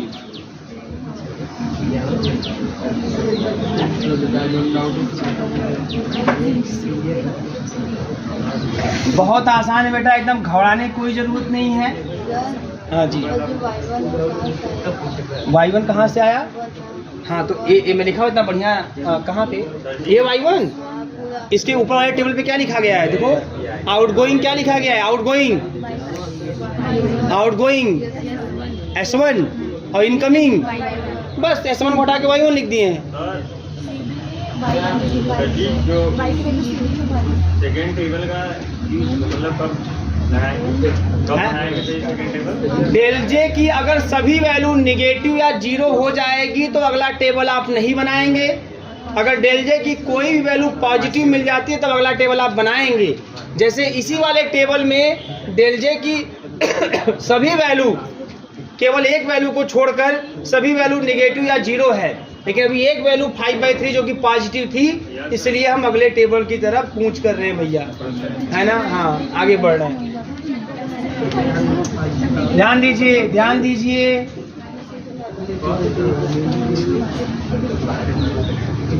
चलिए अब फिर से आप लय सुर ताल मिलाइए, बताइए कौन कैसे कैसे है। ध्यान दो, फिर से क्या लिखेंगे यहाँ पे? CB, सॉरी बी, फिर क्या लिखेंगे? CB, फिर बताओ क्या? YB, Y1, Y2, अब छोड़ दीजिए पीछे क्या हुआ? Y3, S1, S2, S3 और मिनिमम YB/YI। क्लियर है? ये तो लिख लेंगे ना आप। अब ध्यान दीजिए, कौन जाएगा अब? S3, उसके स्थान पे कौन आएगा? Y2। तो देखो Y1 ऐसे ही रहेगा, S2 ऐसे ही रहेगा, जाएगा S3, आएगा उसके स्थान पे Y2। यही ना, S3 गया आउटगोइंग और Y2 इनकमिंग। ठीक, अब मैंने क्या बताया? जो इनकमिंग आता है पहले उसको लिखते हैं, है ना, मतलब Y2 पहले इसको लिखेंगे, है ना, इस वाले को। और लिखेंगे कैसे? इसको 1 बना के लिखेंगे। ये 1 है क्या? अगर ये 1 होता, S3 को उठा के ज्यों करते हो Y2 पे छाप देते। देखो है ना, S3 Y2, अगर ये 1 होता, की एलिमेंट 1 होता, S3 को उठा के ज्यों करते हो Y3 और Y2 पे छाप देते। लेकिन नहीं है तो उसको 1 बनाएंगे। कैसे बनाएंगे? उसी से डिवाइड कर देंगे। अच्छा, उसके पहले ये CB लिख लीजिएगा, CB लिख लीजिएगा। Y1 का कोएफिशिएंट क्या है? मैक्सिमम अनुपात Z में 1 है, ये 0 है, ये भी 1 है। अब चलो बेटा यहाँ पे 10/3 से डिवाइड करके इस पूरे को लिख देना है। 1/3 में 10/3 से डिवाइड करेंगे, क्या मिलेगा? 1/10। 0 में 10/3 से डिवाइड करेंगे, क्या मिलेगा? 0। 10/3 में 10/3 से, 10/3 में 10/3 से, और -2/3 में 10/3 से यहाँ करेंगे, मिनिमम वाले में नहीं करेंगे। -2/3 में, ठीक है, कंफ्यूजन दूर हो गया ना उसका। -2/3 में 10/3 से, है ना, -2/10 मतलब -1/5। 0 में 10/3 से और 1 में 10/3 से 3/10। क्लियर है? अब बेटा इस वाली लाइन को, है ना, ऐसे ही लिख दीजिए। 1/10, 0, 1, 1, -1/5, 0, 3/10। अब जो ऊपर है एलिमेंट ना, इनको 0 करना है। चलो पहले Y1 को लिखना है, तो Y1 को पहले लिख दीजिए ऊपर, है ना, नीचे इसके जस्ट नीचे लिखिएगा आप, ठीक है ना। और की एलिमेंट तो यही था ना आपका 1 सॉरी ये वाला Y2 वाला, ये है, यही है। अब इसको मुझे 0 करना है, तो लिख दीजिए यहाँ पे 4/3, 0। अब S2 वाला कर रहे हैं बेटा, 10/3, 10/3, 1/3, 1, 0। चलो इसको करना है 0, इसको करना है ऊपर वाले में 10/3 से गुणा करके इसको घटा देना। ऊपर वाले में 10/3 से गुणा करके इसको घटा लेते हैं, है ना। तो गुणा करते हैं, यहाँ जब करेंगे 10/3 से गुणा तो मिलेगा 1/3, और 1/3 में से जब 4/3 घटाएंगे माइनस का 1 मिलेगा। क्लियर? ये तो सब 0 हो जाएगा। इसमें गुणा कर रहे हैं 10/3 से और घटा रहे हैं इसी को तो 0। इसमें गुणा कर रहे हैं 10/3 से, घटा रहे हैं इसी को तो 0। इसमें गुणा कर रहे हैं 10/3 से -2/3 और इसको घटा रहे हैं -2/3 -1/3 -3/3 मतलब माइनस का 1। इसमें गुणा कर रहे हैं 10/3 से 0, 1 घटाएंगे माइनस का 1, गुणा कर रहे हैं 10/3 से तो 1 हो जाएगा और ये हो जाएगा 1। अब इसको लिख दे रहे हैं S2 के स्थान पे -1। बोलो भैया, -1 0 0 -1 -1 +1। वाइवन में मतलब ये लिखा है ना, देखो S2 लिखा हूँ तो S2 सामने लिखूंगा, है ना। अब y1 को लिखने जा रहा हूँ, अब इसको मिटा रहा हूँ, इसको मिटा रहा हूँ, इसको तो मिटा दिया। अब y1 वाले को लिखिए, छोड़िए पीछे क्या हुआ, यहाँ जो बता रहा हूँ उस पर ध्यान दीजिए। अभी आप y1 1/3 1 -2/3 भैया इन्हीं को खत्म करना है। 4/3 1/3 0 0। चलो वही काम कर दो, ऊपर वाले में 2/3 से गुणा करके जोड़ दो, कहीं घटाने जाओगे, ऊपर वाले 2/3 से गुणा करके जोड़ दो। चलो ध्यान दो यहाँ पे इसमें 2/3 से गुणा करते हैं, 2/3 से जब 2/3 से करेंगे तो 2 × 5 = 10, 1/15 हो जाएगा। और 1/15 में से इसको जब जोड़ना है, क्यों जोड़ना है, क्योंकि 2/3 से गुणा करेंगे फिर जोड़ देंगे, 0 हो जाएगा ना, ये वाला 0 करना है हमको। तो मैंने जब 2/3 से यहाँ गुणा किया, ये किससे गुणा करना है, 2/3 से ना, तो 1/15 में 1/3 जोड़ना है तो 15 6/15 है ना, कितना है, 3 बजे 15 ना, 5 का 5 6/15, 3 से काट देंगे 2/5। क्लियर है। इसमें फिर 2/3 से गुणा करेंगे 0 आएगा, फिर इसमें जोड़ेंगे तो 1 का आएगा। इसमें 2/3 से गुणा करेंगे, बहुत ध्यान से यहाँ देखिए भैया आप लोग, 2/3 से गुणा करेंगे 2/3 आएगा, जोड़ देंगे 0 हो जाएगा। इसमें 2/3 से गुणा करेंगे 2/3 होगा, 4/3 जोड़ दीजिए, 4 2 6/3 मतलब 2 आ जाएगा। इसमें 2/3 से गुणा करेंगे तो माइनस का 2/15 हो जाएगा और 1/3 जोड़ना है, 15 एलसीएम माइनस का 2, 3 × 5 = 15, 5 में से 2 गया 3, 3/15 मतलब 1/5, 1/5 हो जाएगा। 0 है तो बहुत बढ़िया है। अब इसमें जब 2/3 से गुणा करेंगे, 2/3 से 3 से 3 कट जाएगा, 1/5, 1/5 में 0 जोड़ेंगे 1/5 आएगा। आ गया, छाप दो।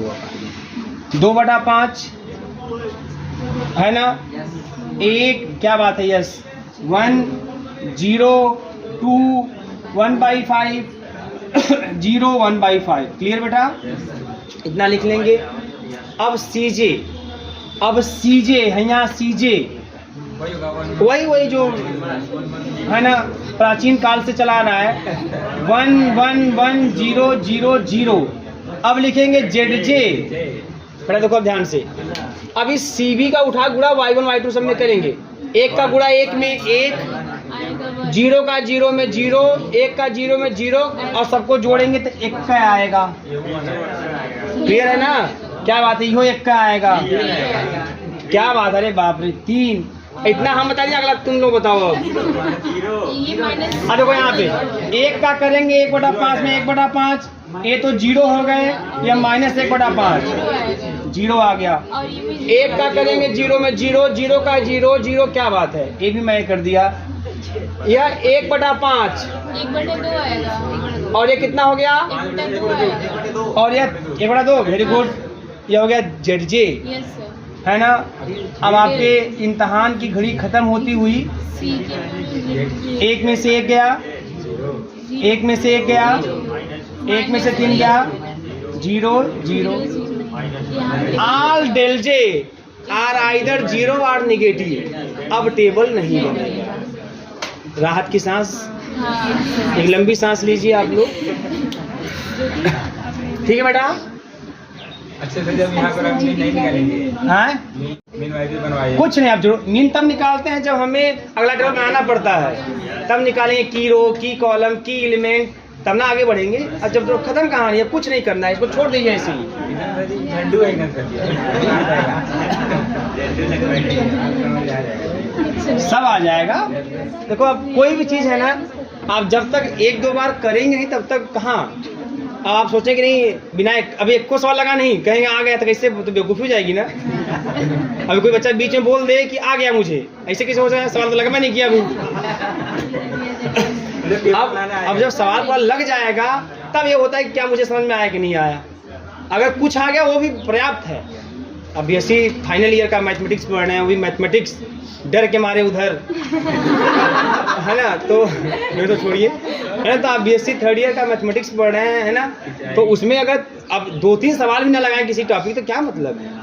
आप तो 50-50 सवाल लगाते थे हम लोग इंटर में, है ना। ये सब तो क्या ये हो गया बेटा। अब ये प्रश्न उठता है अब आगे की कहानी क्या है ना। अब आगे की कहानी देखनी है आपको कि आगे क्या करना है, कैसे करना है, ठीक है। ध्यान दीजिए अब यहाँ पे अब हम निकालेंगे क्या, बहुत ध्यान से समझिएगा, है ना। वैल्यू क्या आने वाली है, कैसे आने वाली है। अब निकालेंगे यहाँ value of the game, value of the game. अब आप थोड़ा सा पहला टेबल उठाइए, पहला टेबल बेटा उठाओ, पहला टेबल मैं मिटा चुका हूँ पहले ही। आप अपने कॉपी में लिखिए पहला table, first table, first simplex table. उसमें बताओ CB क्या है और उसमें YB क्या है, 111। आप जब टेबल बना रहे थे, जब गुणा कर रहे थे CB का, तो YB में नहीं कर रहे थे, Y1 में Y2 में ऐसे कर रहे थे। YB के नीचे तो हम लोग ZJ सब लिख के खाली कर दे, है ना। जब वैल्यू ऑफ द गेम निकालना होता है, जिस भी टेबल से निकालना है, जिस भी टेबल से, आप उस टेबल में CB YB का आपस में गुणा कर देंगे। तो अगर मान लो अगर टेबल पहले पे ही समाप्त हो जाता है मान लो, तो वहीं पे CB गुणे YB कर देते, 0 आता, वैल्यू ऑफ द गेम 0 हो जाता। बात समझ में आ रही कि नहीं आ रही है। फिर दूसरे टेबल में अगर समाप्त हो जाता तो फिर वही CB गुणे YB, लेकिन टेबल कहाँ समाप्त हुआ, यहाँ पे। तो वैल्यू ऑफ द गेम कैसे निकालेंगे मालूम है, ऐसे देखो 1 गुणे 2/5 मैं लिख दे रहा हूँ बराबर, प्लस 0 गुणे माइनस का 1, ठीक है ना फ्रेंड्स, प्लस 1 गुणे 1/10, ठीक है ना। अब बताओ कितना आएगा, 2/5, 0, 1/10, 10 लस लघुत्तम समाप्त वर्त्य, वर्त्य 5 दूनी 10, 2 दूनी 4, 5/10, 1/2। लेकिन एक चीज बता दो बेटा, यहाँ पे ये वैल्यू ऑफ द गेम मत लिखिए, ये 1/v का मान है, क्योंकि क्वेश्चन देखो मैक्सिमम 1/v है। किसका मान है, मैक्सिमम 1/v, तो ये 1/v का मान है ना। अब v का मान पलट दो 2, तो ये है आपका value of the game, value of the game, ठीक है। छाप लीजिए, क्लियर है ना। हाँ, मैं इसका उत्तर भी चेक करूँ, सब कुछ सही है। देखो ये बहुत सावधानी पूर्वक करेक्ट है, v बराबर आपका 2 हो गया, ठीक है, कोई समस्या नहीं।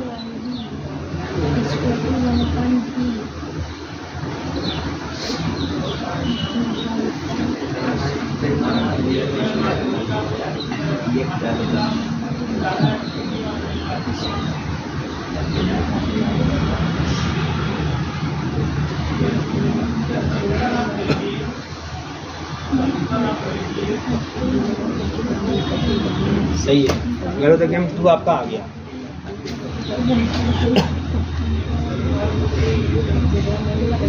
ठीक है ना, आराम है ना। अब ये बताइए, एक सवाल अभी आपका लगा, तो इसमें कितना तक समझ में आया, कितना % समझ में आ गया आप लोगों को? 90% हैं? अगर 50% भी आ गया तो दैट्स इनफ, बहुत है। पहले सवाल में 50% कवर कर लिए, मतलब आपको कंसेप्ट क्लियर हो गया। एक आध पर जहाँ आप लोग आओगे ना, बस आपको कोई रोक ही नहीं पाएगा, धड़ाधड़ टेबल बनाएंगे आप लोग, कोई समस्या नहीं आने वाली। जैसे क्वेश्चन पढ़ लो, उसमें और कुछ नहीं निकालना था। हमको लगता है मैं कुछ और बोला हूँ। यस, हाँ, स्ट्रेटजी। अब उसको भी बताता हूँ, स्ट्रेटजी, है ना। अब स्ट्रेटजी कैसे निकालेंगे? मैंने जब क्वेश्चन स्टार्ट किया था, मैंने बोला जो x1, x2, x3 स्ट्रेटजी होगा वो किसका होगा? A का। और y1, y2, y3 किसका होगा? B की स्ट्रेटजी। भाई B पे ही लगाया हूँ मैं, B की स्ट्रेटजी, है ना। तो देखो स्ट्रेटजी कैसे निकालते हैं बेटा। स्ट्रेटजी के लिए ध्यान दीजिएगा, strategy yes B, strategy of B, बहुत ध्यान से कैसे मैं लिखने जा रहा हूँ। स्ट्रेटजी ऑफ B की स्ट्रेटजी। तो देखो यहाँ पे B की strategy y1, y2, y3। Table में देखो y1 है, y1 की वैल्यू जो yb में है कितना है? 2/5 multiplied by value of the game, comma y2 है क्या इसमें? यस, कितना है yb की value? 1/10 multiplied by value of the game, comma y3 है क्या इसमें? नहीं है, तो 0 multiplied by value of the game. तो स्ट्रेटजी ऑफ B 4/5 है ना, 1/5, 0 और आपका कितना आ गया? अब A की भी स्ट्रेटजी अगर लिखनी है तो वो भी लिख दीजिए। अब वो कैसे लिखेंगे? वो S1, S2, S3 से लिखेंगे। किसे लिखेंगे? S1, S2 और S3 से आप लिखेंगे। अब वो कैसे लिखेंगे? ध्यान दीजिएगा यहाँ पे, S1, S2, S3 से। फिर जो ZJ की वैल्यू आएगी यहाँ से लिखेंगे आप, ठीक है ना। देखो कैसे लिखेंगे यहाँ पे, 0 multiplied by value of the game, 0 multiplied by value of the game 2, और 0 multiplied by value of the, अच्छा 0 नहीं हुई, 1/2 multiplied by value of the game. तो इसकी स्ट्रेटजी आएगी 0, 0 और 1। लिखते थे ना आप लोग इस तरीके से, A1, B1, फिर नीचे लिखते थे उसका नंबर। तो ये वही है आपका। मतलब अगर मैं ऐसे में लिखूं, अगर पिछले को ध्यान रखते हुए बोलूं, तो A आपका P1, P2, P3 है, और है आपका Q1, Q2, Q3, ठीक है। ये नोट कर लीजिए। वैसे स्ट्रेटजी लिखते हैं, जहां भी समझ में न आए आप उसको आराम से अपनी भाषा में समझ कर लिख लीजिए। हाँ, कोई दिक्कत नहीं होगी। आप लोग बहुत तेज हैं, बहुत तेज है ना आप लोग।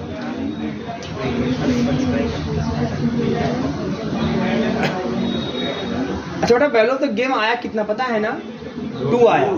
एक चीज मैं आपको देखो, अभी मैं क्वेश्चन और देखा तो मुझे दिमाग में आ गया, है ना। वो भी आप जान लीजिए, कुछ ये छूट जाती है ना। जब आपने निकाला था वहाँ मैक्सिमिन और मिनमैक्स निकाला था ना, तो मैक्सिमिन और मिनमैक्स दोनों बराबर। देखिए वैल्यू कितनी आई थी? एक की वैल्यू 2 आई थी, एक की वैल्यू आई थी कि नहीं आई थी? एक की वैल्यू 2 आई थी, एक की वैल्यू 3 आई थी। तो वहां से एक चीज वहीं से स्पष्ट हो जाता है, वहीं से पता चल जाता है कि जो वैल्यू ऑफ द गेम होगा वो 2 से लेके 3 तक ही होगा। या तो 2 होगा, या तो 3 होगा, या 2 और 3 के बीच में होगा। तो यहाँ 2 आया है, बस हमारी ना ये फिक्स है, ध्यान रखिएगा।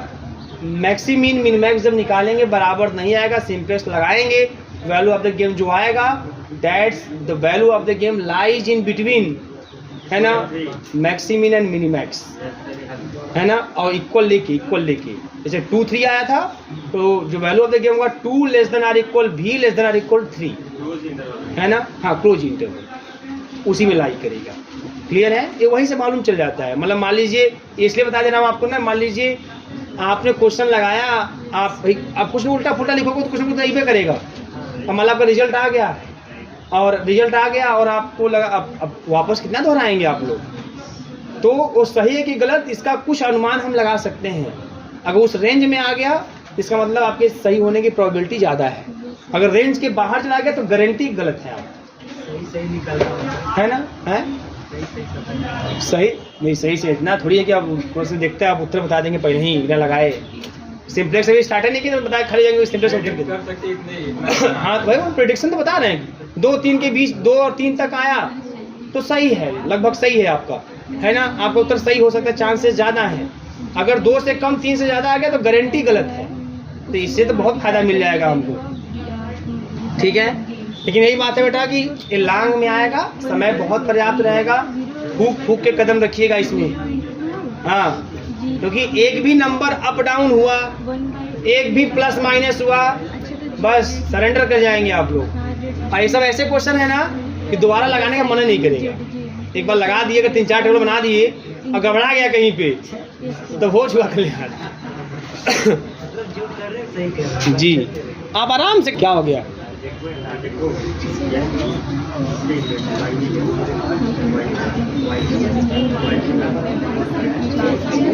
मेरा क्वेश्चन लिखिए,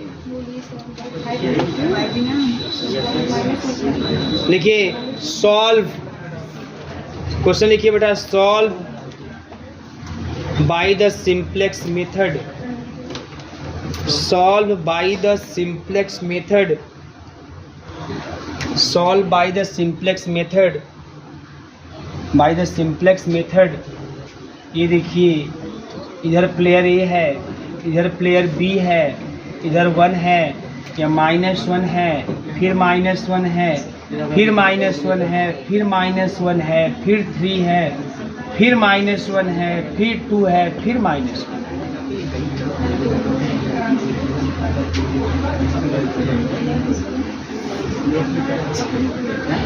ठीक है, समझ में आ रही बात? अब एक क्वेश्चन है, इस क्वेश्चन में थोड़ा सा एक पॉइंट में बढ़ाऊंगा, है ना। और ये क्वेश्चन में जो लिया गया क्वेश्चन है, थोड़ा सा एक नियम इसमें और बढ़ेगा, है ना। वो नियम कब लगेगा, कब बढ़ेगा, उसको बता देता हूँ, इसमें ध्यान दीजिएगा आप। पहला काम क्या है? पहला काम है आप मिनिमैक्स और मैक्सिमीन निकालेंगे। ठीक है बेटा, तो ध्यान दो, यहाँ पे इधर लिखते हैं रो मिनिमा। देखिए बहुत ध्यान से, इधर लिखते हैं कॉलम मैक्सिमा। एकदम आप रिलैक्स रहिए, कोई समस्या नहीं है, ठीक है। और हम सोच रहे थे कि अजय सर जाएंगे कॉलेज में बुलाया गया था शायद, तो हम भी जाएंगे, लेकिन वहाँ पे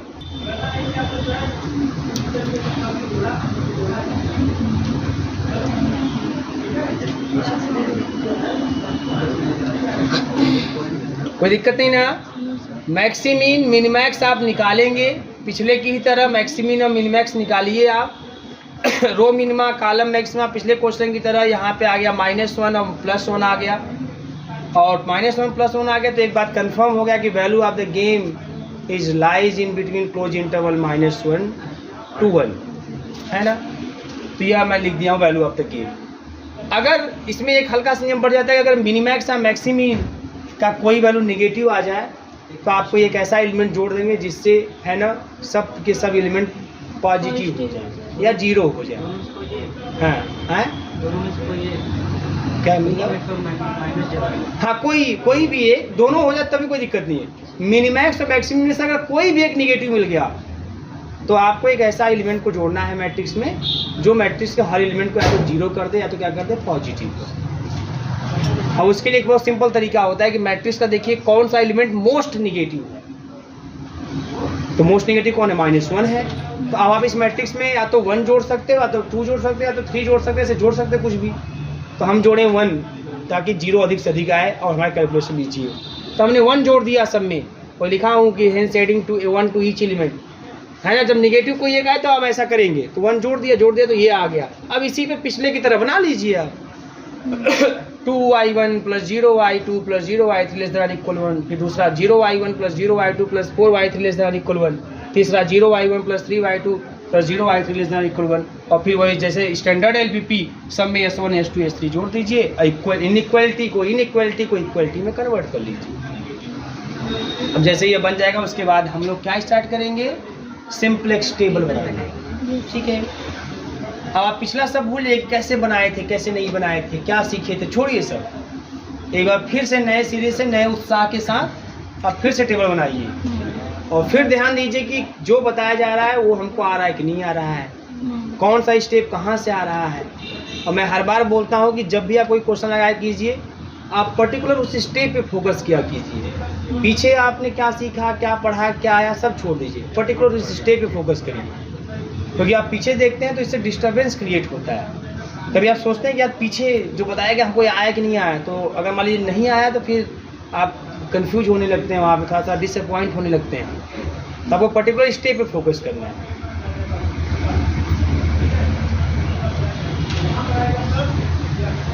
अब आराम से घर पे जाके दोहराइए, लगाइए सवाल, फिर से लगाइए।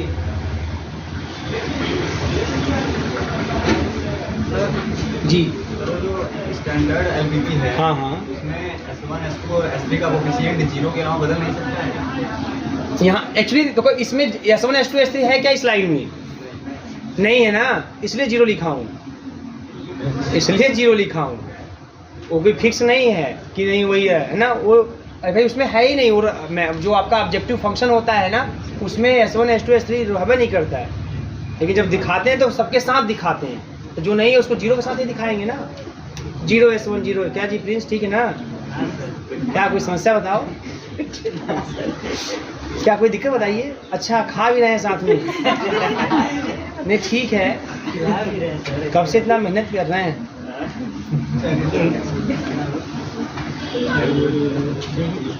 नहीं ठीक है, मतलब पता ना चले हमको, है ना? हाँ, और ऐसे आप अलग माहौल क्रिएट करने लगेंगे तो दिक्कतें आ जाएंगी, है ना? पूरा भोजनालय बना देंगे आप लोग। हो गया हाँ, तो भाई चले आगे।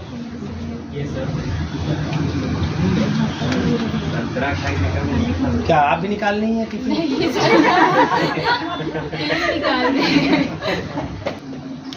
ठीक है। Now the simplex table is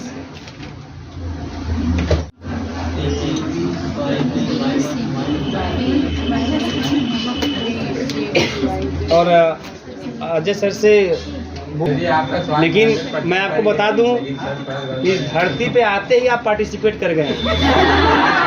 हाँ, ये सच्चाई यही है, कोई माने चाहे ना माने, है ना? इस धरती पे अगर आप आ गए तो आप पार्टिसिपेट कर गए हैं। पार्टिसिपेशन किससे है वो भी देखना पड़ता है। वो चीज़ भले ही, लेकिन आप पार्टिसिपेट कर गए हैं। अब आप अपने आप को पीछे रखना चाहते हैं कि आगे रखना चाहते हैं, आप पे डिपेंड करता है। लेकिन आप हैं, आप मुकाबले में हैं सर, आप मानिए इस बात को, यहाँ पर दोनों कॉम्पिटिटर है ना? आप मुकाबले में हैं, ये तो कंफर्म मान लीजिए, आप मुकाबले में हैं। अब आपको कहाँ रहना है आप डिसाइड करें। आइए यहाँ पे बेटा सिंपलेक्स टेबल।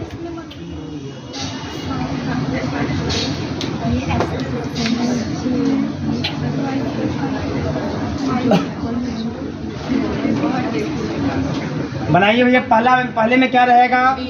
बहुत तेज आप लोग, फिर CB, फिर क्या बात, नकल मार्क नहीं बता रहे हैं? Y1, Y2, Y3, S1, फिर क्या बात है, फिर हाँ उसी में आई कर दीजिए। अरे आप हो जाएगा, है ना? अच्छा होता है, इसी है ना, ऐसे ही होता है। हाँ निशान बहुत कम पड़ते हैं, ठोस पड़ते हैं। हम तो यहाँ बहुबात बतिया रहे हैं। देखिए यहाँ पे, तो मैं क्या बात कर रहा था, कुछ बोल रहा था। हाँ है ना, अक्सर ये होता है, जैसे मान लीजिए कहीं पे कोई चीज़ बुलवाया जा रहा है सबसे ना, तो कुछ लोग उसमें तो जिनको नहीं आता है उसमें सुर मिला देते हैं लोग, है ना? तो वही हाल है। जैसे जब राष्ट्रगान में देखता हूँ होता है, कुछ लोग बिचवा में नहीं बोलते हैं, या है ना, लास्ट में हे कर देंगे उसे, भाई जय है ना? ये बहुत तेज होता है लास्ट में। मैं देखता हूँ, आज करता हूँ, होता है ऐसा, देखता हूँ, है ना, कि उसमें कुछ लोग बोलबा नहीं करेंगे, ऐसे शांति से खड़ा रहेंगे, अगर तो इधर ऐसे करते रहेंगे, है ना? और लास्ट में ऐसा आएगा, बहुत तेज जय होता है। यार अचानक आवाज कहाँ से बढ़ गया ये, तो लास्ट में मिला लेते हैं सब। तो वही आज तक मतलब CB क्या है कि लास्ट में Y आई पे आके सब मिला दिए उसी में। चलो B बताओ। S1 S2 S3 0 0 0, YB 1 1 1। ये देखिए आपके लिए अगर कहा जाए ना, तो यहाँ पे बहुत आसान ये है कि जो YB है वो 1 1 1 फिक्स है एक तरह से, है ना? यहाँ फिक्स है, है ना? और S1 S2 S3 जो जोड़ है वो भी फिक्स ही है ठीक है ना। तो सी बी वही S1 S2 S3 का कोफिशिएंट है ये, वो जो मैक्सिमम 1/z में लिखा जाता है। लेकिन जब सिंप्लेक्स पढ़ेंगे आप ना, तो जरूरी नहीं कि सब लेस देन आर इक्वल 1 रहेगा, किसी में less than or equal to 4 रहेगा, किसी में less than or equal to -3 रहेगा, है ना। तो सब चीज़ चेंज होंगे वहाँ पे। लेकिन यहाँ एक स्पेशल एक थोड़ा सा फॉर्म पढ़ लें। बेटा आप लिखो यहाँ, बताओ जल्दी जल्दी आप लोग। 2 0 0 1 0 0 0 1 0, तो भाई फॉर्मेट पूछ लीजिए, एक बार पकड़ लीजिए, धड़ाधड़ छाप दीजिए, है ना। ये तो एकदम ऐसा ही है, ये नहीं कि बार मिलाइए, थोड़ा देख के मिलाइए। उससे बताओ यहाँ कितना है, 0 0 4 और 0 3 0। बोलिए इसमें किसी को कोई दिक्कत? बोलिए, बोलो जी। CJ जो मैक्सिमम 1/z की लाइन है, इसी के सब कोफिशिएंट 1 1 1 0 0 0। देख रहे हैं कहाँ से लिखा जा रहा है, 1 1 1 0 0 0। अब ZJ पहले वाले टेबल में ZJ बहुत आसान है ना, इसको हम कर देते हैं। ऐसे उठाएंगे गुणा करेंगे, फिर ऐसे उठाएंगे गुणा करेंगे। मतलब CB का गुणा Y1 में, Y2 में, Y3 में, S1 में, S2 में, S3 में करेस्पॉन्डिंग एलिमेंटों से करेंगे, जोड़ के लिख देंगे नीचे, तो ये सब 0 आएगा। बोलो क्लियर। अब इसके बाद CJ माइनस का ZJ, इसी को डेल J बोलते हैं। 1 1 अच्छा सब में आ रहा है ना। कोई एक चूज करना है ना। मैं फिर पहला ही चूज कर रहा हूँ। अब पूछो क्यों ऐसा, क्यों हम पहला ही चूज कर रहे हैं? हम चूज दूसरा तीसरा भी कर सकते हैं, बात समझ में आई। लेकिन मैं नए इक्विलिब्रियम के कॉन्सेप्ट पे हूँ, मैं अपने नियम से एकदम चिपका हूँ, एकदम लगातार, है ना। मालूम क्या होगा, मालूम यह होगा, अगर मैं अभी आप लोगों की कम खतरनाक नहीं है। समस्या ये है, अभी मैं बार बार बोल रहा हूँ ये चीज़ कि जो मैक्सिमम है उसको ही हम चूज करेंगे। अगर मैक्सिमम में 2-3 बराबर हो जा रहे हैं तो किसी को भी चूज कर सकते हैं। अगर मैं अभी इसमें यह चूज करूँगा तो कुछ बच्चे है ना 2 बार डिस्टर्ब हो जाएंगे कि जैसे पहले में तो पहला लाइन चूज कर लिए, दूसरे में दूसरा कैसे चूज कर लिए। मैं निश्चित जानता हूँ, मैं सबकी बात नहीं कर रहा हूँ, ये कुछ लोग जरूर डिस्टर्ब हो जाएंगे कि ऐसा क्यों हो गया। तो मैं इसलिए यही कर रहा हूँ बार बार, ताकि अगर मान लीजिए ऐसा भी दिमाग में आपको आया तो कम से कम इतना तो फिक्स रहेंगे आप लोग ने, पहले चूज करना है। चलो एक नियम बना लो, पहले ही चूज करना है, कर लो, क्योंकि सब में ये तो अइबे करेगा, यही आएगा। इसका पहला टेबल यही बनबा करेगा इसका पहला टेबल गेम थ्योरी में ऐसे ही बनबा करेगा, है ना। तो पहला ही चूज कर लो। वैसे आप कोई भी चूज कर सकते हो। जो लोग रिसर्च वाले बच्चे होंगे वो घर पे जाके रिसर्च करेंगे, वो इसी क्वेश्चन को फिर लगाएंगे, दूसरा चूज कर लेंगे पहले, तीसरा चूज कर लेंगे पहले, और देखेंगे क्या रिजल्ट होने वाला है। क्या ये अपना रिसर्च करिए घर पे, और जिनको रिसर्च नहीं करना है, अपने काम से काम रखना है, ठीक है। तो बेटा की कॉलम समझ में आया आप लोगों को, या की कॉलम। अब डिवाइड करते हैं, किसमें डिवाइड करेंगे बताओ, बीरा पट्टी बताइए, YB में उसकी कॉलम से डिवाइड करेंगे। 1/2 जीरो से करबा नहीं करते। देखो कितना अच्छा ना, जीरो करने से कितना फायदा हो रहा है। छुट्टी हो गया जी, बहुत बधाई आपको। अब यही एक ही है, यह मिनिमम है, यह मैक्सिमम है, तो यही की रो हो जाएगा। क्लियर है ना, की रो की कॉलम। तो एक क्या हो गया, बहुत तेज आप लोग, यह की एलिमेंट, यह की एलिमेंट हो गया। क्लियर है। अब आप बता दीजिए कि आउटगोइंग वेरिएबल क्या होगा। बहुत बढ़िया, आउटगोइंग वेरिएबल हो गया हमारा S1, और इनकमिंग वेरिएबल क्या होगा, इनकमिंग वेरिएबल होगा Y1। तो ये लोग कितना आराम हो गया होगा जीवन में। अगर इन लोगों को छूटना होता तो ये लोग मैथे नहीं लेते। बहुत आराम हो गया इन लोगों को। देखिए आउटगोइंग वेरिएबल S1 हो गया, इनकमिंग वेरिएबल Y1 हो गया। ये सर, चलिए अब सेकेंड वाले की बात करते हैं। अच्छा देखिए, इतना होगा कि 1 का सवाल लगाया, आप अपने से अभी आप करना चालू कर दिए, ठीक है। हाँ, तो अब देखो अब यहाँ जो टेबल बनेगा सेकंड वाला,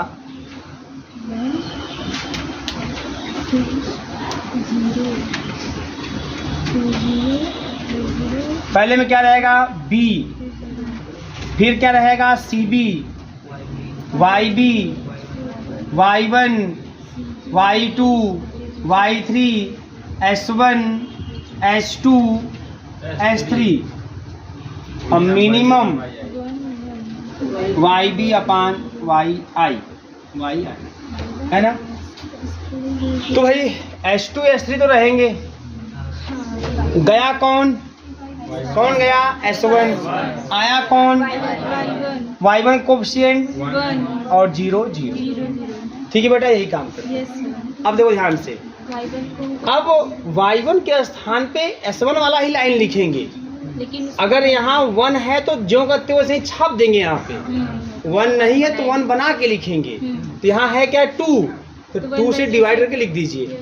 तो 1 divide by 2, 2 divide by 2, 0 divide by 2, 0 0, 1 by 2, 0 0। और बाकी दोनों क्लियर है। अब ये जो है ना आपका, ये जो आपका 1 वाला है, इसको कहीं लिख देते हैं। चलो यहाँ लिख देते हैं हम लोग। पहले कितना था 1/2, ये वाला लाइन लिख दीजिए। 1/2 1 0 0, 1/2 0 0। क्लियर है ना। अब लिखते हैं इसको S2 वाले को, तो S2 वाला यहाँ छाप दीजिए। अच्छा अब देखो किस्मत देखो अपनी, है ना। वो ऑलरेडी 0 है, उसे 0 बनाने की भाई देखो, की एलिमेंट के नीचे ऊपर हर एलिमेंट को 0 बनाना होता है, 0 बना के लिखना होता है। वो ऑलरेडी 0 है, ज्यों का त्यों छाप दीजिए, ज्यों का त्यों छाप दीजिए, ज्यों का त्यों छापिए भैया। 1 0 3 0 0 0 1। CJ 1 1 1 0 0 0। ZJ 1 0 0 1/2 0 0। डेल J नहीं हो जाएगा। CJ माइनस ZJ है ना, कितना आएगा 0 1 1 माइनस का 1/2 0 0। ठीक है ना। अब इससे पॉजिटिव है ना, टेबल बनेगा।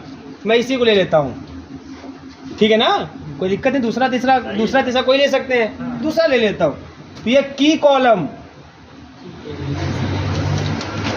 कॉलम अब डिवाइड करो बेटा।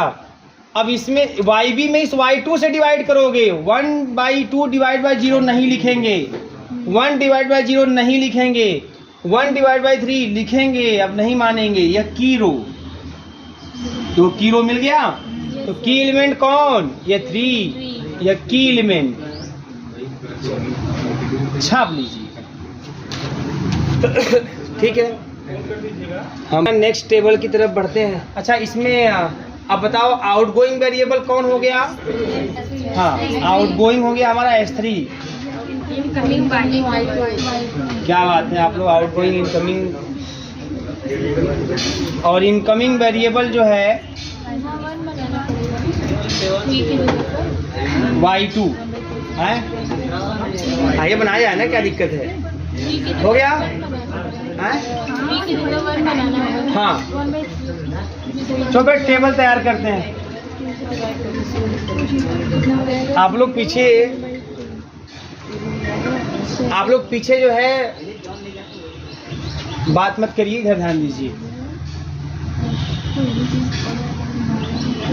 पहले B, CB, YB, Y1, Y2, Y3, S1, S2, S3, minimum YB अपान YI। बोलो, है ना, ठीक है ना। अब भैया गया कौन, S3।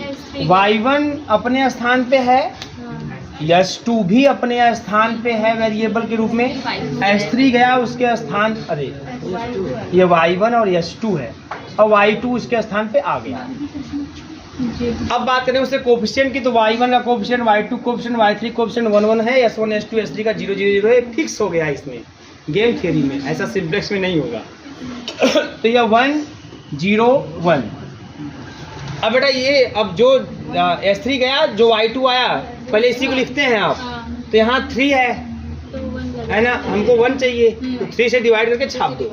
तो 3 से डिवाइड कर देते हैं बेटा, 1/3 0 1 0 0 0 1/3। क्लियर है? अब इसको लिख दीजिए आप, मैं इसको लिख देता हूँ, ठीक है।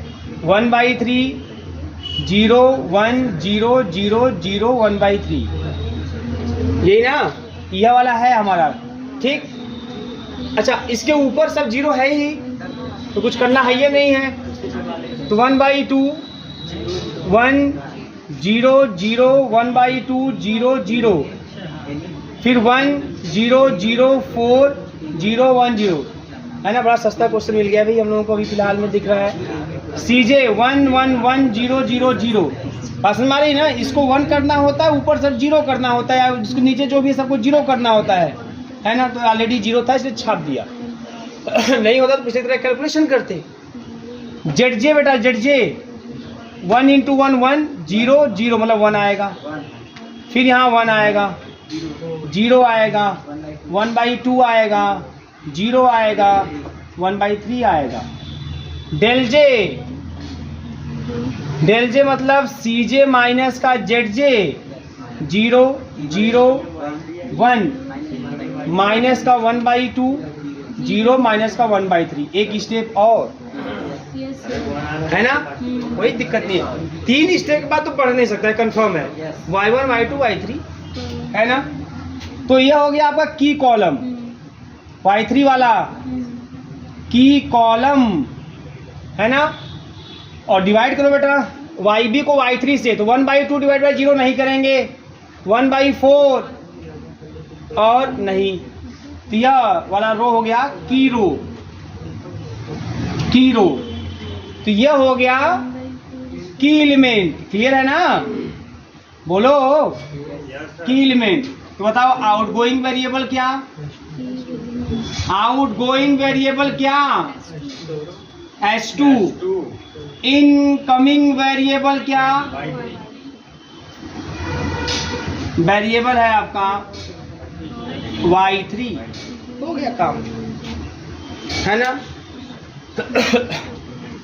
अगला table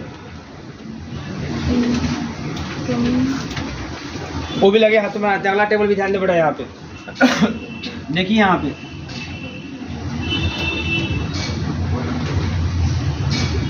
B CB YB Y1 Y2 Y3 S1 S2 S3 minimum YB अपान YI।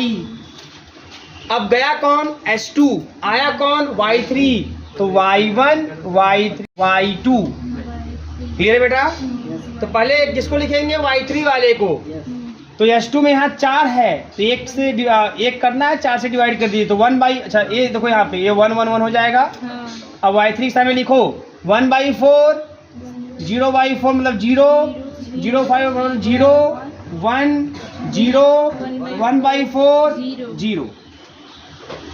अब इसको हम कहीं, अच्छा अब ये हमारा, अच्छा ऊपर सब 0 0 ही है, देखो उसको जो कहते हो छाप दो, बनाने की जरूरत नहीं है। तो 1/2 1 0 0 1/2 0 0, फिर यहाँ पे 1/3 0 1 0 0 1/, कुछ छूटा क्या भाई, 3 तो 0 है और 1/3,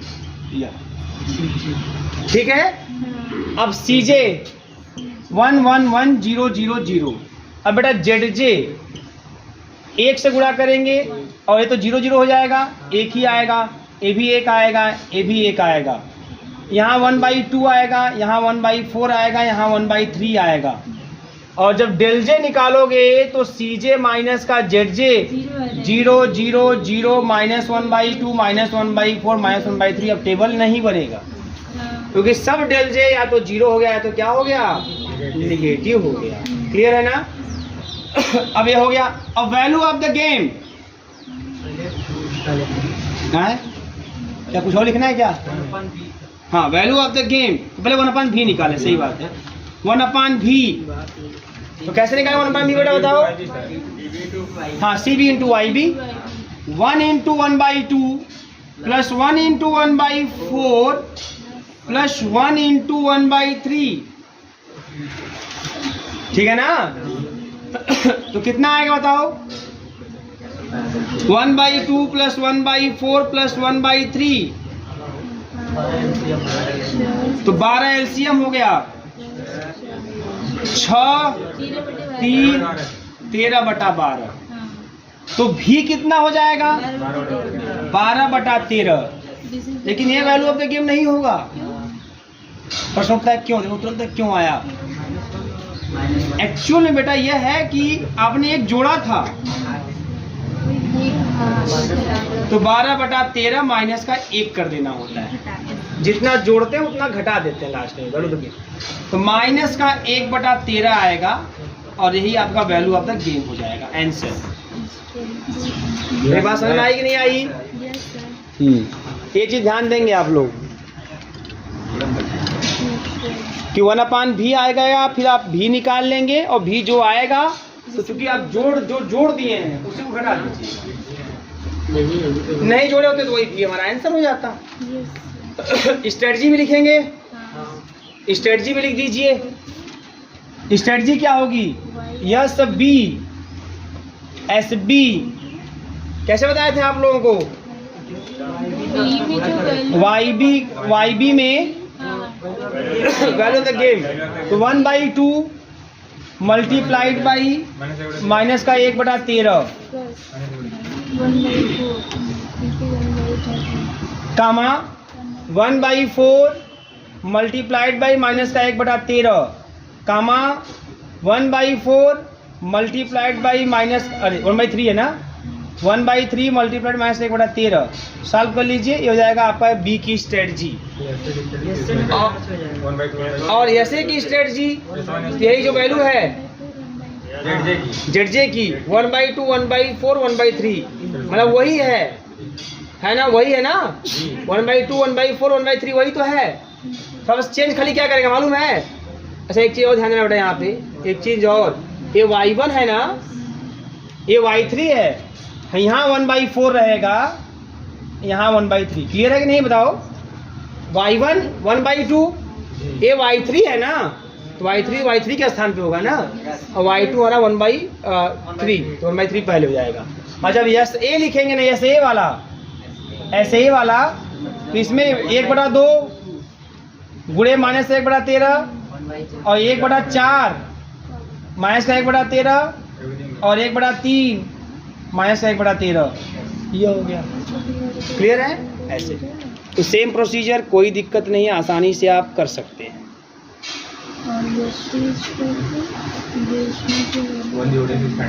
हाँ 1 इसलिए घटा दिए, इसीलिए घटा दिए, इसीलिए घटा दिए।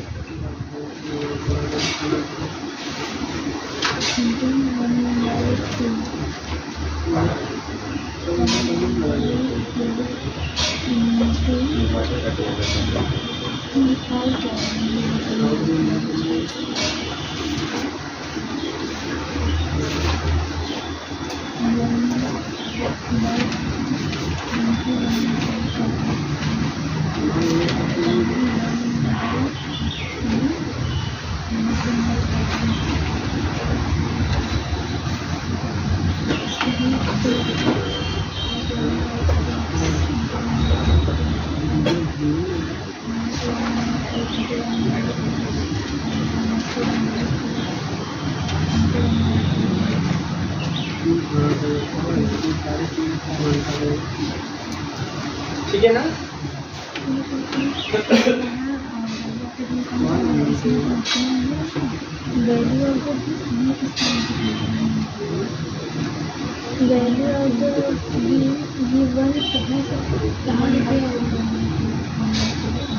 और क्वेश्चन बोल दें आप लोगों को।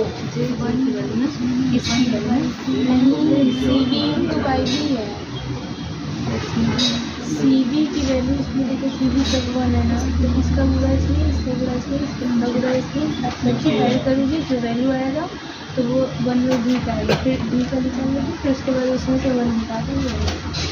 ठीक है, हो गया ना? यस। अब चलिए कुछ होमवर्क हो जाए यहाँ पे।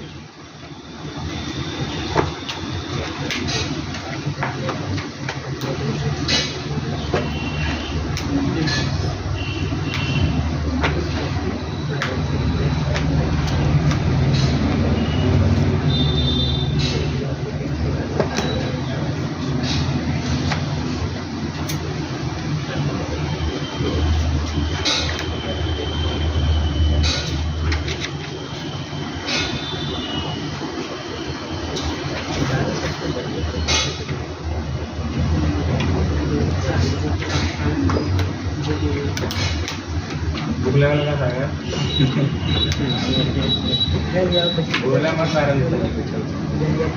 क्वेश्चन लिखो बेटा। अब आप लोग होमवर्क में नोट करिए।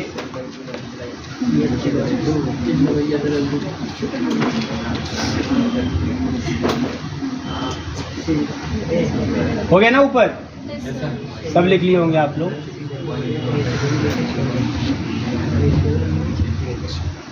देखिए, solve the following game. Question लिखिए होमवर्क में।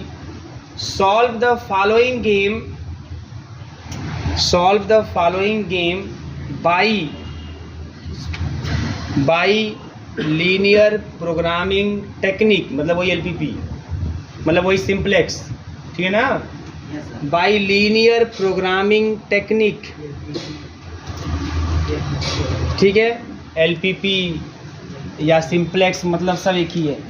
प्लेयर A और प्लेयर B 1 -1 3 3 5 -3 और 6 2 -2।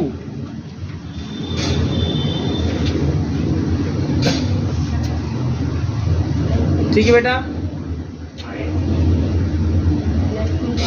आपको वैल्यू ऑफ द गेम निकालना है, स्ट्रेटजी फाइंड करनी है। मैं इसका आंसर भी लिख देता हूँ।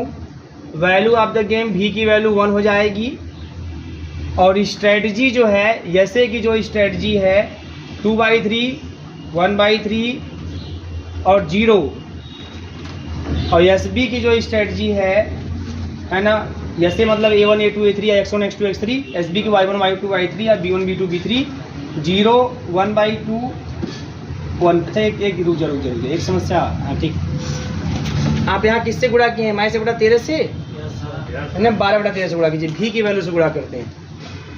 इसके आंसर से मुझे पता चला, यहाँ 12/13 से गुणा करेंगे आप। जो भी की वैल्यू होगी उससे गुणा करेंगे। लास्ट में वैल्यू तो क्या बताने के लिए माइनस से घटा दिए, ठीक है, लेकिन जो स्ट्रेटजी के लिए वो भी से ही गुणा करते हैं 12/13, ठीक है ना? स्ट्रेटजी को नेगेटिव हो सकता है। हाँ, स्ट्रेटजी वही तो समझा। स्ट्रेटजी मतलब क्या? वो प्रोबेबिलिटी है एक्चुअली, है ना? स्ट्रेटजी मतलब यहाँ पे जो स्ट्रेटजी की बात जो लिखा है ना 1/2 1/4 सब क्या है? प्रोबेबिलिटी है।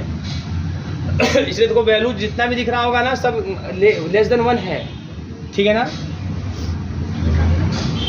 तो भी से बेटा गुणा करते हैं, भी से, इसके आंसर से। और क्वेश्चन लिखिए। 2/3 1/3, ठीक है? और बोले। हाँ देखिए, फॉर द फॉलोइंग पे ऑफ टेबल। एक और लिखिए होमवर्क, उसमें 2 होमवर्क आप करिए घर पे जाके। बहुत तेज हैं आप लोग। फॉर द फॉलोइंग पे ऑफ, क्या बोले हैं? टेबल। फॉलोइंग पे of table, the zero sum game, transform the zero sum game, transform the zero sum game, transform the zero sum game into an equivalent linear programming problem into an equivalent linear programming problem and solve it by simplex method. Equivalent linear programming problem and solve it by simplex method. मतलब घुमा फिरा के हम बात करें तो simplex method से solve करना है। तो इसके लिए प्लेयर P है और प्लेयर Q है, और ये दिया हुआ है यहाँ P1 P2 P3 Q1 Q2 Q3, यहाँ 9 1 4 0 6 3 and 5 2 8। और दें? नहीं, दो तो बहुत है, जहाँ तक मुझे भी लगता है कि दो बहुत है। इसका आंसर नहीं बताते, छोड़ देते हैं। सर हाँ। बता दीजिए। हम बंद कर दिए, क्या बताएं फिर से।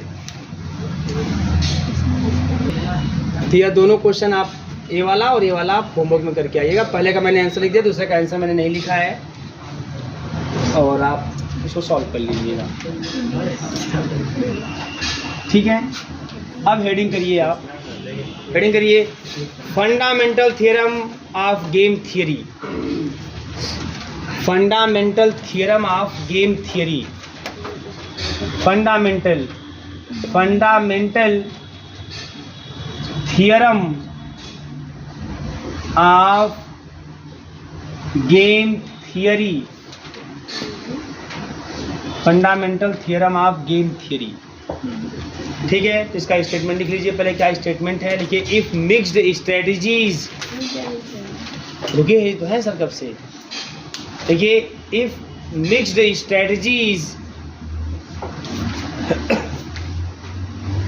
if mixed strategies are allowed,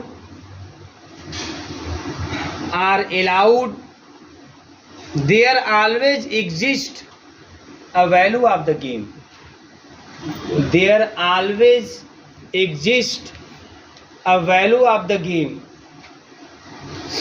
There always exists a value of the game. That is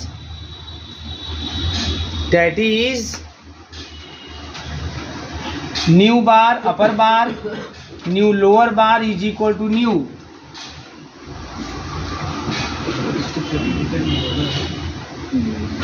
ठीक है ना। मतलब इससे कहने का मतलब है fundamental theorem of game theory का मतलब क्या है। देखो स्ट्रेटजी दो प्रकार की आपको मुख्यतः लिखवाई गई होगी, है ना, प्योर और मिक्स्ड। प्योर क्या होता है, प्योर स्ट्रेटजी क्या होती है, वो फिक्स है, वो लगना ही लगना है, वो लगाएगा ही, चाहे कुछ भी हो जाए। वो ऐसी स्ट्रेटजी जो हमेशा लगती है, हमेशा फॉलो करते हैं लोग, है ना। हाँ, उसको सबको मतलब आपके कोई अपोनेंट में है उसको पता है कि आप ये लगाएंगे कि लगाएंगे। और मिक्स्ड स्ट्रेटजी जो होती है ना, कंडीशन के अकॉर्डिंग चलता है, परिस्थितियों के अनुसार लोग अपना चेंज करते रहते हैं, लगाते रहते हैं, और इसके बारे में अपोनेंट केवल गेस कर सकता है, उसको कंफर्म कुछ पता नहीं होता क्या होने वाला है। बात समझ में आई। अब ये फंडामेंटल थ्योरम गेम थ्योरी बहुत सिंपल स्टेटमेंट इसका तो बहुत सिंपल है। इसने साफ साफ बोल दिया है कि अगर मिक्स्ड स्ट्रेटजी अलाउ है, अगर कहने मतलब ये भी कह सकते हैं किसी गेम में अगर मिक्स्ड स्ट्रेटजी लग रही है तो कंफर्म उस गेम की वैल्यू आएगी। बात समझ आई। ये से कहने का मतलब है कि उस गेम की वैल्यू कंफर्म एग्जिस्ट करेगी, उसके उस गेम के लिए मिनिमैक्स और मैक्सिमिन की वैल्यू कंफर्म बराबर होगी, और वही वैल्यू ऑफ दी गेम। अगर मिक्स्ड स्ट्रेटजी अलाउड है तो ये कंफर्म होगा। बात समझ में आ रही है। तो ये तो हो गया स्टेटमेंट। जब आपको एग्जाम में आएगा state and proof fundamental theorem of game theory, तो आप यही स्टेटमेंट लिखेंगे। लेकिन इसी को मैंने अभी देखा कि इसी को जो है एक और रूप में आपके सामने दे देगा, अब बोलेगा प्रूफ दैट, इसी को प्रूफ कीजिए। और एक्चुअली में जो स्टेटमेंट देगा वो यही स्टेटमेंट है, बट इसको दूसरे रूप में मैथमेटिकल वे में दे देगा आपको स्टेटमेंट, और कहेगा प्रूफ कीजिए इसको। और ऐसी स्थिति में आप अगर आप ये स्टेटमेंट याद किए तो उस स्टेटमेंट से लगभग नहीं करेगा कि fundamental theorem of game theory है, बट वो जो स्टेटमेंट मैथमेटिकल है वो भी fundamental theorem of game theory को ही रिप्रेजेंट करता है। तो वो स्टेटमेंट लिखा हुआ देगा आपको, कहेगा प्रूफ कीजिए। तो एक्चुअल में आप समझ जाएंगे कि ये भी क्या है, फंडामेंटल थ्योरम गेम थ्योरी है, उसका भी प्रूफ आप जो इसका देंगे वही उसका भी होगा सेम टू सेम। इसका एनदर स्टेटमेंट आप लिख लीजिए, जो लिखा देगा आपको लिखने के लिए नहीं बोलेगा, ये लिखा हुआ देगा आपको एज ए क्वेश्चन के रूप में, ठीक है। पूछा गया है एनदर स्टेटमेंट, देखिए इफ समेशन एक्स आई, दूसरा जो स्टेटमेंट है इसका, if summation x i is equal to summation y i और इज इक्वल टू 1, वही x1 plus x2 plus x3 is equal to 1, y1 plus y2 plus y3 is equal to 1, या p1 plus p2 plus p3 is equal to 1 और q1 plus q2 plus q3 is equal to 1, हो गया। देखिए and xi is greater than or equal 0, xi is greater than or equal 0 और comma yi is greater than or equal 0, then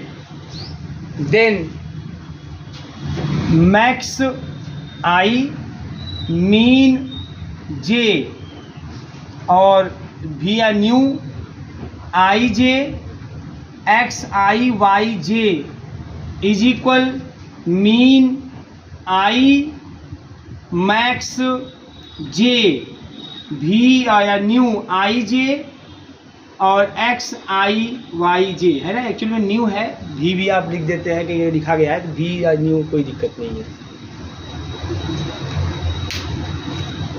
तो statement है, यह भी statement तो बड़ा सिंपल है, ये भी वही चीज़ कर रहा है। आप एक्चुअली में करते क्या हो, तो रो में आप मिनिमम देखते हो और मिनिमम में जो मैक्सिमम होता है उसको मैक्सिमीन कहते हो, कॉलम में मैक्सिमम देखते हो, जो उसमें मिनिमम होता है उसे मिनिमैक्स कहते हो, है ना। फिर देखते हो दोनों बराबर है कि, तो ये उसी को, इसका मतलब क्या है, वही चीज़ है ना। मैक्सिमीन, मिनिमम में मैक्सिमम और ये है आपका मैक्सिमम में मिनिमम। ऐसे रो को हम लोग आई से दिखाएं, कॉलम को हम लोग जे से दिखाएं, तो कहानी वही है, पूरा आई जे की बात हो रही है, बात समझ में आ रही है ना। तो ये एक्चुअल में क्या है, वही है ना। मैक्सिमीन मतलब आपका यह, और ये क्या है मिनिमैक्स है ना, मतलब यह, और दोनों क्या किए गए हैं, बराबर। तो बस उसी को जो मैट्रिक्स का फॉर्म होता है, ए आई जे वाला फॉर्म होता है, उसी रूप में बस लिख दिया गया है। बात समझ में आ रही है। वही A11 A12 A13 लिखा गया है ना, A11 A12 मतलब A1 I या I इक्वल टू 1 मान लो, J इक्वल टू रन कर रहा है 1 2 3, फिर दूसरे वाले में A21 A22 A23 है तो I इक्वल टू 2 हो गया, J रन कर रहा है, तो वही चीज़ है वहाँ पे, है ना। एक्स आई वाई जे ऐसे रन करता जाएगा आपका इस तरह से। तो x1 y1 x1 y2 x1 y3 ऐसे करके, वही A11 A12 A13, तो उसी में जो आपका मिनिमम है ना, उसी का जो मैक्सिमम होगा वो आपका मैक्सिमी और यह मिनीमैक्स दोनों क्या आएंगे, सेम आएंगे। तो वही स्टेटमेंट जो ऊपर लिखे हैं उसी का ये मैथमेटिकल फॉर्म। ठीक है, लिखना बड़ा आसान है, मैं बोल देता हूँ, बस लिख लीजिए, बहुत ईजी इसका। अब जो आप लोग सिंपलेक्स पढ़ लिए ना, कोई दिक्कत नहीं, लिख लीजिए इसमें। देखिए द प्लेयर, प्रूफ है बेटा, द प्लेयर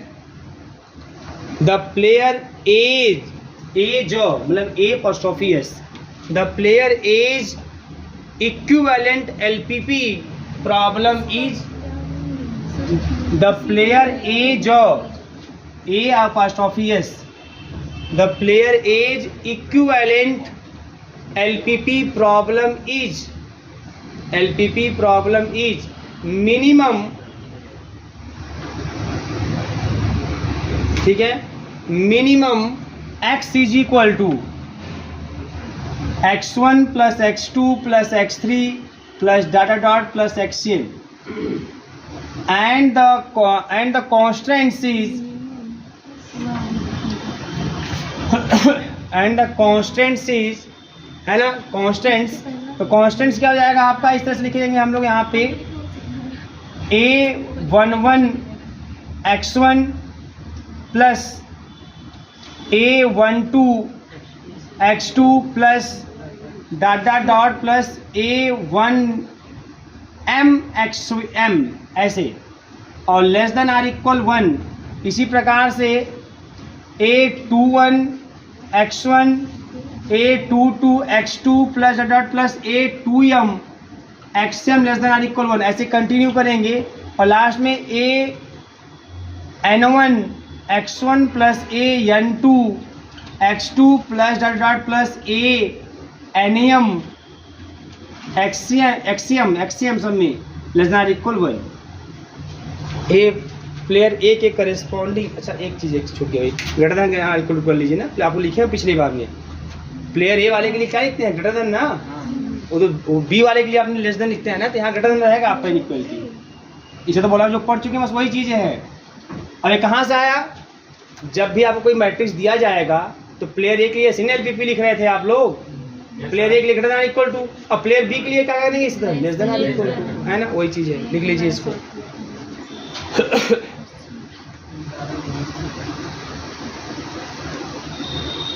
बहुत सिंपल, कुछ नहीं करना है इसमें। नीचे लिख लीजिएगा x1 से लेके xm तक all are greater than or equal 0। xm से लेके xm तक all are greater than or equal 0, all are greater than or equal 0।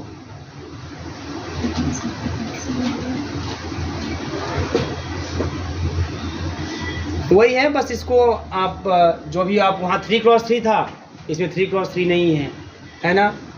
इसमें आपका कितना है, कितने रो हैं, n रो है, m कॉलम, ये n क्रॉस m हो गया, n क्रॉस m हो गया।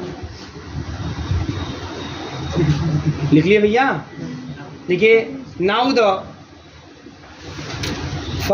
द करेस्पॉन्डिंग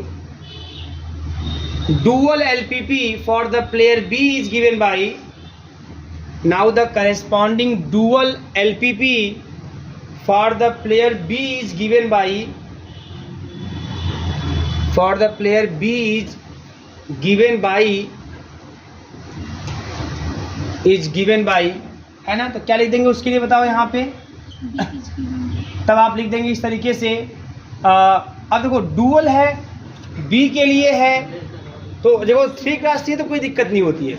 अब जब बी के लिए चलेंगे तो ये चीज़ पलट जाएगा डुअल में, मतलब जैसे यहाँ पे n रो है ना, m कॉलम है, अब बी के लिए जब चलेंगे वही चीज़ ना, तो वही आपका m रो है, n कॉलम हो जाएगा। और मिनिमम की जगह दूसरे में क्या लिखते हैं, maximum. Maximum y is equal to y1 plus y2 plus y3 plus z plus yn। और यहाँ पे कांस्टेंट इज अब देखो यहाँ पे a11, अब इसी को ऐसे लिखेंगे a11 और y1, बात समझ में आ रही है। फिर प्लस का इसी को ऐसे, बस ये फर्स्ट जो रो है ना, फर्स्ट कॉलम करेस्पॉन्डिंग लिख दीजिए, a12 में ऐसे लिख दे रहा हूँ, a12 y2 that dot last में a1m और yn प्लस प्लस।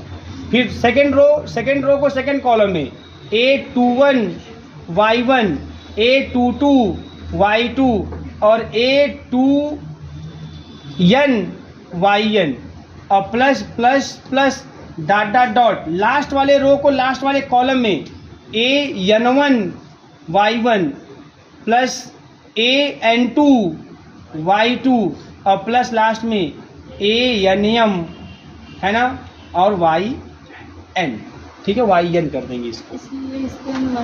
और यह जो ग्रेटर देन है लेस देन आर इक्वल 1 1 1 कर देंगे। बात समझ आ रही है। अच्छा एक चीज़ यहाँ बना लीजिए, यहाँ यम रहेगा बेटा, यहाँ यम और यहाँ यम, एक्स वाले में यम, यहाँ यम। तो ये चीज़ कहाँ से लिखा गया है, ये बहुत बड़ी बात नहीं, बहुत इजी काम है। 3x3 के लिए आप लोग लिखे हैं, कई बार लिखे हैं। अब यही चीज़ m क्रॉस n के लिए, n क्रॉस m के लिए, बस उसी तरीके से लिख देना है। एक को जहाँ लिखे n के करेस्पॉन्डिंग या m के करेस्पॉन्डिंग, बस उसे पलट दीजिए, है ना, b के लिए।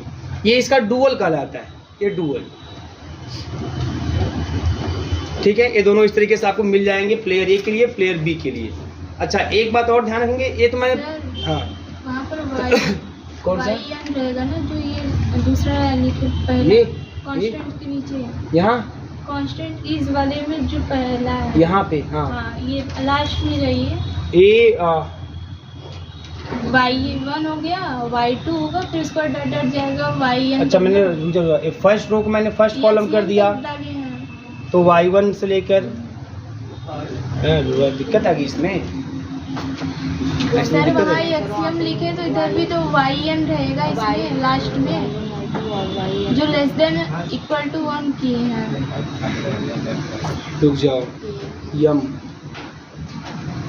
इसमें यम तक ऐसे तो दिक्कत आ गई। हाँ तो हम जल्दबाजी लिख दिए, लेकिन सब में y1 ही आ गया। ऐसा नहीं होता, क्योंकि अब 3x3 का बनाए हैं उसमें भी y1 plus y2 plus y3 आया है, और पहले के लिए x1 plus x2 plus x3। कैसे बना दें इसको, या एक काम और हम, ठीक है ऐसे भी कर सकते हैं, देखो ऐसे कर लो इसको। मैं इसको थोड़ा चेंज कर देता हूँ, लिखे नहीं ना आप लोग? हाँ नकलची तो है, लिख ही दिए है ना। इसको बेटा आप ऐसे ही सेट कर सकते हो, थोड़ा सा ध्यान रखिएगा यहाँ पे। A11 y1 कर दीजिए, ठीक है कोई दिक्कत नहीं।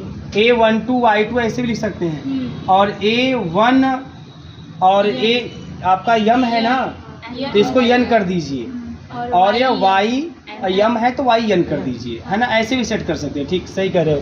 तो यहाँ पे जाएगा A21 y1 plus A22। The duality theorem states that if either the primal are dual problem,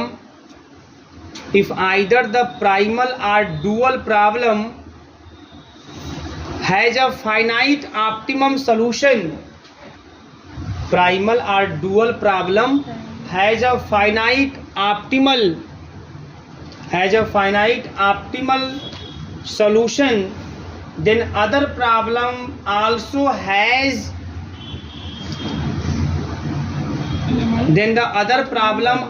has finite optimum solution। optimum या optimal एक ही बात होता है। then the other problem also has finite optimum solution। पहले वाले को primal बोलते हैं, दूसरे वाले क्या बोलते हैं, डुअल, ठीक है ना।